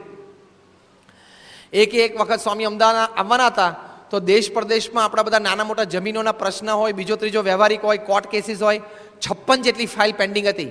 અને સ્વામીને કહી રાખેલું બાપા આટલા બધા પ્રશ્નો છે ને તમારું માર્ગદર્શન લેવાનું છે. સ્વામી કે સારું, આપણે ત્યાં અમદાવાદ આવશું ત્યારે બેસી લેશું. એ કે સ્વામી રોજ આપણે પોણો કલાક બેસીએ ને તો 20 દિવસે બધું કામ પતે એમ છે. સ્વામી કે સારું. હવે 20 દિવસ સ્વામી રોકાણા હતા અમદાવાદ, પણ રોજ આની મિટિંગ ચાલે ને આ ચાલે ને પેલું ચાલે ને મળનારા આવે ને મુલાકાતીઓ આવે ને મહાનુભાવો આવે ને એટલે બધું રહી ગયું. રોજ બિચારા હરીશભાઈ 4 ફાઇલ ભેગી કરીને આવે અને રોજ ઊભા રહે અને બીજી મુલાકાતમાં ટાઈમ જતો રહે એટલે રોજ બિચારા પાછા જતા રહે. ટાઈમ જ નહોતો મળેલો સ્વામીને. છેલ્લા 2 દિવસ બાકી હતા. હરીશભાઈ કીધું સ્વામી આ બધી 56 ફાઇલ તો નહીં પતે, પણ 4-5 અગત્યની ફાઇલ છે જેના કોર્ટમાં અત્યારે કેસીસ ચાલુ છે, એનું તમે માર્ગદર્શન આપી દો કે આપણે આપણા તરફથી કયો સ્ટેન્ડ લેવું છે, શું સ્ટેન્ડ લેવું છે તમે કહી દો તો એ રીતે આપણે રજૂઆત કરીએ. સ્વામી કે સારું, આજ બપોરે અમે જાગીએ ને ફ્રૂટ લઈ લઈએ પછી તમે આવજો. તે આયા 3-4 ફાઇલ લઈને. સ્વામી કે બધી લેતા હો ને? કે બાપા પણ 56 જેટલી ફાઇલો. સ્વામી કે બધી લેતા હો. અને બધી ફાઇલની એમણે એક વાર રજૂઆત કરી. સામાન્ય આમ રજૂઆત કરી સ્વામી આ કેસ આપણું તે બિલીમોરામાં આ જગ્યા છે નું આ છે, સાબરકાંઠામાં આપણે એક આ ગામ છે બાજુમાં એની આ જમીન છે ને આ વાત છે. આમ રજૂઆત કરે હજી તો બીજું વાક્ય બોલે કે તરત પ્રમુખ સ્વામી મહારાજ કે જો હવે આનામાં આપણે આમ કરવાનું છે, આમ કરવાનું છે. હરીશભાઈ તરત એ ફાઇલમાં નોટ કરી લે કે આપણી સંસ્થા તરફથી આપણે આ સ્ટેન્ડ લેવાનું છે. હરીશભાઈ વાત કરે છે કે માઇન્ડ બોગલિંગ. આ 56 બધા એક કેસ એવા હતા કે સારા એડવોકેટ્સ કલાક સુધી ચર્ચા કરે ને ત્યારે એને આમ દિશા મળે કે આ ટ્રેન્ડ ઉપર, આ લાઈન ઉપર આપણે ચાલવું જોઈએ આ કેસમાં. અને પ્રમુખ સ્વામી મહારાજે 1.25 કલાકમાં 56 ફાઇલો ક્લિયર કરી દીધી અને બધું માર્ગદર્શન એમણે આપ્યું કે આ ફાઇલ આમ. અને પ્રમુખ સ્વામી મહારાજ પિનલ કોડ બોલે, હા, for the kind information of the respected જજીસ. આપની માટે વાત કરું છું.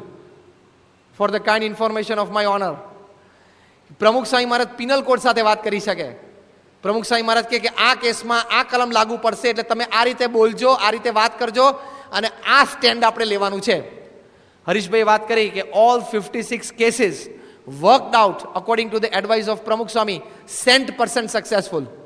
100% સક્સેસફુલ ગયા. બોલો, હવે તમને જજ સાહેબોને ખબર પડી કે પ્રમુખ સ્વામી મહારાજ કેવું લીગલ વર્ક કરતા હશે. તો બધા જ ફિલ્ડમાં પ્રમુખ સ્વામી મહારાજ માહેર છે, એટલે આ મોટું સંસ્થાનો આટલો કાર્યભાર સંભાળે છે. અને સૌથી વધારે માહેર માણસ ઓળખવામાં. 1 સેકન્ડમાં માણસનું જજમેન્ટ લઈ લે છે. જે માણસને આટલા મોટા ફલક ઉપર કામ કરવાનું હોય ને એનામાં પહેલો ગુણ આ જોઈએ, he must be able to recognise the person. કયો માણસની કેટલી બુદ્ધિ છે, કેટલી ભાવના છે, એના લક્ષણ શું છે, એના કુલક્ષણ શું છે, એની આદત શું છે, કુઆદતો શું છે, એનું બોલવાનું કેવું છે, એની વાણી કેવી છે, એના અભિપ્રાયો કેવા છે. એકવાર મળે ને પ્રમુખ સ્વામી જજ કરી લે. પછી એને કેટલા ડિસ્ટન્સે રાખવો, એને કેટલો દૂર જવા દેવો, કેટલા નજીક લાવવો, કેટલો ઊંચો લાવવો, કેટલો આમ રાખવો, એને કેટલું કામ સોંપવું, એની સાથે શું વાત કરવી. હી ઇઝ અ માસ્ટર. દુનિયાભરના એમડી કે સીઈઓ કે ચેરમેન છે ને એને આ શીખવું પડે છે. એની માટે યુરોપ ને અમેરિકામાં કોર્સિસ થાય છે કે how to deal with human beings. અને હ્યુમન ડીલિંગમાં પ્રમુખ સ્વામી ઇઝ માસ્ટર. 3 એમનું મેનેજમેન્ટ શીખવાડે છે. એમાં સહેલામ સહેલું મની મેનેજમેન્ટ, અરે મટીરિયલ મેનેજમેન્ટ. તમને એમ કહે કે ઘડિયાળને રોસ્ટ્રમને ખોફાનું ધ્યાન રાખજો, એ મટીરિયલ મેનેજમેન્ટ કહેવાય તો ચાલે. એનાથી અઘરું મની મેનેજમેન્ટ. સેકન્ડ એમ, કરોડ રૂપિયા કોઈક આપી દે કેવી રીતે વાપરવા અઘરા પડે, શું કરવું, કે ક્યાં ઇન્વેસ્ટ કરવું. અને એની કરતાં ત્રીજો એમ અઘરો છે મેનેજ કરવો, મેન મેનેજમેન્ટ. તમને કોઈક 10 માણસ આપી દે ને પછી શું કરવું ને મૂંઝાવા માંડો તમે. અને પ્રમુખ સ્વામી જો બધા સંતોને સવારના પોરના 6 વાગ્યાથી ધંધે લગાડી દે છે. કોઈ નવરા રહ્યા નહીં, સાંજે 6 વાગ્યા સુધી થાકીને ચેષ્ટા પણ હુઈ જાય. તો મેન મેનેજમેન્ટ, કઈ વ્યક્તિને કેટલું કામ સોંપવું, કેવી રીતનું કામ સોંપવું, શું કરવું, એમાં પ્રમુખ સ્વામી મહારાજ માહેર છે. એટલે આટલી મોટી સંસ્થા પ્રમુખ સ્વામી મહારાજ પોતે રન કરી શકે છે. તો દરેક ક્ષેત્રમાં એમની બુદ્ધિ, શક્તિ, આવડત, હોશિયારી આટલી બધી રહેલી છે. અને આ બધું એ કાર્ય કરે છે. એ બધા કાર્યની વચ્ચે એ પ્રમુખ સ્વામી મહારાજ એ પોતે એકદમ સ્થિત પ્રજ્ઞ રહી શકે છે, શાંતિપૂર્ણ રહી શકે છે. એટલે આ એક મુદ્દો બહુ સારો છે. આપણે 5-10 મિનિટ વધારે થશે, આજે પૂર્ણાહુતિનો દિવસ છે એટલે ચાલશે ને, આ વસ્તુ વાંધો નહીં. એટલે એ પ્રમુખ સ્વામી મહારાજ આટલા સ્થિત પ્રજ્ઞ પોતે રહી શકે છે આટલા કાર્યની વચ્ચે.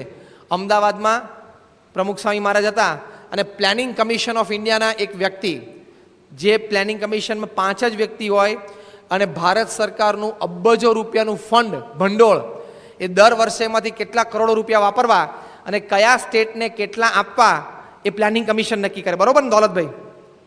બરાબર છે ને? એ પ્લાનિંગ કમિશન ઓફ ઇન્ડિયા નક્કી કરે. એમના એક મેમ્બર, હું એનું નામ નથી દેતો, એ પ્રમુખ સ્વામી મહારાજને મળવા માટે અમદાવાદ આવેલા. બપોરના આવવાના હતા પણ કાર્યક્રમોમાં, સર્કિટ હાઉસમાં, મિટિંગમાં ને એમાં જ્યારે એમને મોડું થયું. રાત્રે 10:15 વાગે એમને બ્રહ્મવિહારી સ્વામીએ ફોન કર્યો કે તમારે આવવું હોય તો 15 મિનિટમાં આવી જાઓ, પ્રમુખ સ્વામી મહારાજ હમણાં આરામમાં જશે. એ બિચારા દોડતા આવ્યા, આવું છું, ફોન ઉપર વાર્તાલાપ ચાલુ રહ્યો. પ્રમુખ સ્વામી મહારાજ રાહ જોઈને બેઠા, પછી અંદરની રૂમમાં જઈને બેઠા, પલંગ ઉપર બેઠા, એમની ચોકઠા કાઢી લીધેલા, લેન્સ પણ કાઢી લીધેલા, એટલે કદાચ મુલાકાત પછી એ ટાઈમ બગડે નહીં, સીધું મુલાકાત પતે તો તરત આરામમાં જવાય. પ્રમુખ સ્વામી મહારાજના બેડરૂમમાં એ મેમ્બરની મુલાકાત પ્રમુખ સ્વામી મહારાજ સાથે એમને દર્શન લેવા, આશીર્વાદ લેવા માટે આવેલા. બેઠા અને બ્રહ્મવિહારી સાહેબ પરિચય આપ્યો કે સ્વામી પ્લાનિંગ કમિશન ઓફ ઇન્ડિયાના મેમ્બર છે. બધો વાર્તાલાપ થયો. તે પ્રમુખ સ્વામી મહારાજે નર્મદાનો પ્રોજેક્ટ ચાલુ કર્યો. તે નર્મદા વિશે એક પ્રશ્ન શરૂ કર્યા પ્રમુખ સ્વામીએ. સ્વામી કે આમ નર્મદા માટે તમારું ભંડોળ છે, એમાં તમે કેવી રીતે નર્મદાને ફાળવો છો? ત્યારથી શરૂ કર્યું. પછી નર્મદાની આટલી હાઇટ, આટલો વિવાદ, આ સરદાર સરોવર, એનું રિહેબિલિટેશન, આટલા ગામનું પુનર્વસન, આંકડાકીય માહિતી બધી પ્રમુખ સ્વામી બોલવા માંડ્યા. 1.5 કલાક સુધી એમને પ્રશ્ન પૂછ્યા અને છેલ્લે 1.5 કલાક પછી પેલા મેમ્બર કે Swami I know much about Narmada વિશે હું ઘણું જાણું છું, પણ not as much as you know. તમને ખબર છે એટલી મને ખબર નથી કે.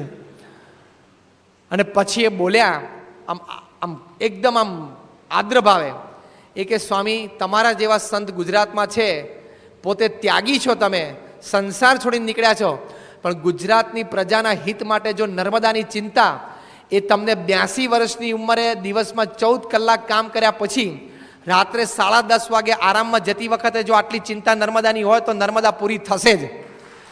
ગુજરાતમાં નર્મદા અપૂર્ણ રહેશે જ નહીં. જો 82 વર્ષની ઉંમરે તમને આટલા લોકહિતની ચિંતા હોય તો નર્મદા બાકી નહીં રહે. પછી બહાર નીકળી એમને સંતોને કીધું, I can not imagine this, મારા તો માનવામાં નથી આવતું કે 82 વર્ષની એક વ્યક્તિ ફક્ત 6 ચોપડી ભણેલી અને એક સાધુ ત્યાગી સંસાર છોડી દીધો છે, એને નર્મદા વિશે આટલી બધી ખબર છે, હું માનું છું. પછી હસતા હસતા બોલેલા, દોલતભાઈ માફ કરજો, એક વાક્ય બોલેલા કે મને એમ લાગે છે કે ગુજરાતના ઘણા બધા મિનિસ્ટરોને નર્મદાની આટલી માહિતી નહીં હોય, એટલી પ્રમુખ સ્વામી મહારાજને માહિતી હતી. બોલો, એ તો ખુશ થઈ ગયા. અને પછી એમને અહોભાવ થઈ ગયો. એમને પાછળથી આપણને એક પ્રસંગની ખબર પડી કે પ્રાઇમ મિનિસ્ટરની હાજરીમાં પ્લાનિંગ કમિશનની મિટિંગ હતી, કારણ કે પ્લાનિંગ કમિશનના ચેરમેન હંમેશા પ્રાઇમ મિનિસ્ટર ઓફ ઇન્ડિયા હોય, ભારતના વડાપ્રધાન હોય, પ્લાનિંગ કમિશનના ચેરમેન હોય. પ્રાઇમ મિનિસ્ટરની પ્લાનિંગ કમિશનની મિટિંગમાં આ મેમ્બરે પોતે કીધું કે આપણે મિટિંગ તો પછી શરૂ કરશું, એજન્ડા પ્રમાણે મુદ્દાઓની ચર્ચા પછી કરશું, પણ મને ગુજરાતમાં અનુભવ થયો ને એની હું તમને વાત કરું. એમ કહીને એમને આખી આ વાત કરી કે રાત્રે 10:30 વાગે આખા દિવસમાં 14 કલાક વ્યસ્ત પ્રવૃત્તિમાં હોવા છતાં 82 વર્ષના એક સાધુએ મને નર્મદા વિશે પોણો કલાક પ્રશ્ન પૂછ્યા. I think we must concentrate on Narmada. મને એમ લાગે છે કે પહેલાં આપણે નર્મદાનો ઇસ્યુ પૂરો કરવો જોઈએ. જો આવા પ્રમુખ સ્વામી મહારાજ છે, દરેક ક્ષેત્રમાં માહેર છે, હાના બધા ક્ષેત્રમાં માહેર હોવા છતાં પ્રમુખ સ્વામી મહારાજ છે એ પોતે સ્થિત પ્રજ્ઞ છે. અંતરમાં એમને આ પ્રવૃત્તિ જરાય એમની સ્થિરતાને હલાવી શકતી નથી, ડગાવી શકતી નથી. પ્રમુખ સ્વામી મહારાજ વલ્લભ વિદ્યાનગરમાં હતા. એલિકોન એન્જિનિયરિંગ કંપનીના કમર્શિયલ મેનેજર નટુભાઈએ પ્રમુખ સ્વામી મહારાજને મળવા માટે આવ્યા અને સ્વામીને કહે, સ્વામી તમને જ્યારે જોઉં છું ને ત્યારે માથું નમી જાય છે. પછી એમણે વાત કરી કે સ્વામી, મેં તમને સવારે મોર્નિંગ વોક કરતા જોયા છે, મેં તમને પ્રાતઃ પૂજા કરતા જોયા છે, મેં તમને ફોન ઉપર કોઈની સાથે વાત કરતા જોયા છે, મેં તમને સભામાં બેઠેલા જોયા છે, મેં તમને માળા ફેરવતા જોયા છે, મેં તમને પત્ર લેખન કરતા જોયા છે, મેં તમને મિટિંગમાં પણ બેઠેલા જોયા છે. રૂમમાં ખૂણે ઊભા રહીને હરિભક્તોને કે નવા માણસોને તમે વ્યક્તિગત મુલાકાત આપતા હોય, એના પ્રશ્નો સાંભળતા હોય, એ પણ મેં તમને જોયા છે. તમને આરામમાં જતા પણ જોયા છે, જમતા પણ જોયા છે, સંતો સાથે વાતચીત કરતા પણ જોયા છે, અને આમ રમૂજમાં હોય ત્યારે આનંદ કરતા પણ જોયા છે, અને સિરિયસ હોય મિટિંગમાં ત્યારે પણ જોયા છે. અનેક પરિસ્થિતિમાં, અનેક ક્રિયાઓમાં, અનેક પ્રકારના કાર્યમાં મેં તમને વ્યસ્ત જોયા છે છેલ્લા 15 વર્ષમાં. પણ મારું અંતર કબૂલે છે કે ક્યારેય મેં તમારા ચહેરા ઉપર સ્ટ્રેસ જોયો નથી, ટેન્શન જોયું નથી, નિરાશા નથી જોઈ, હતાશા નથી જોઈ, ડિપ્રેશન નથી જોયું, સેડનેસ નથી જોઈ. તમારા ચહેરા ઉપર કાયમ પ્રફુલ્લિતતા, કાયમ આનંદ, કાયમ સ્મિત મેં જોયું છે. એનું કારણ શું?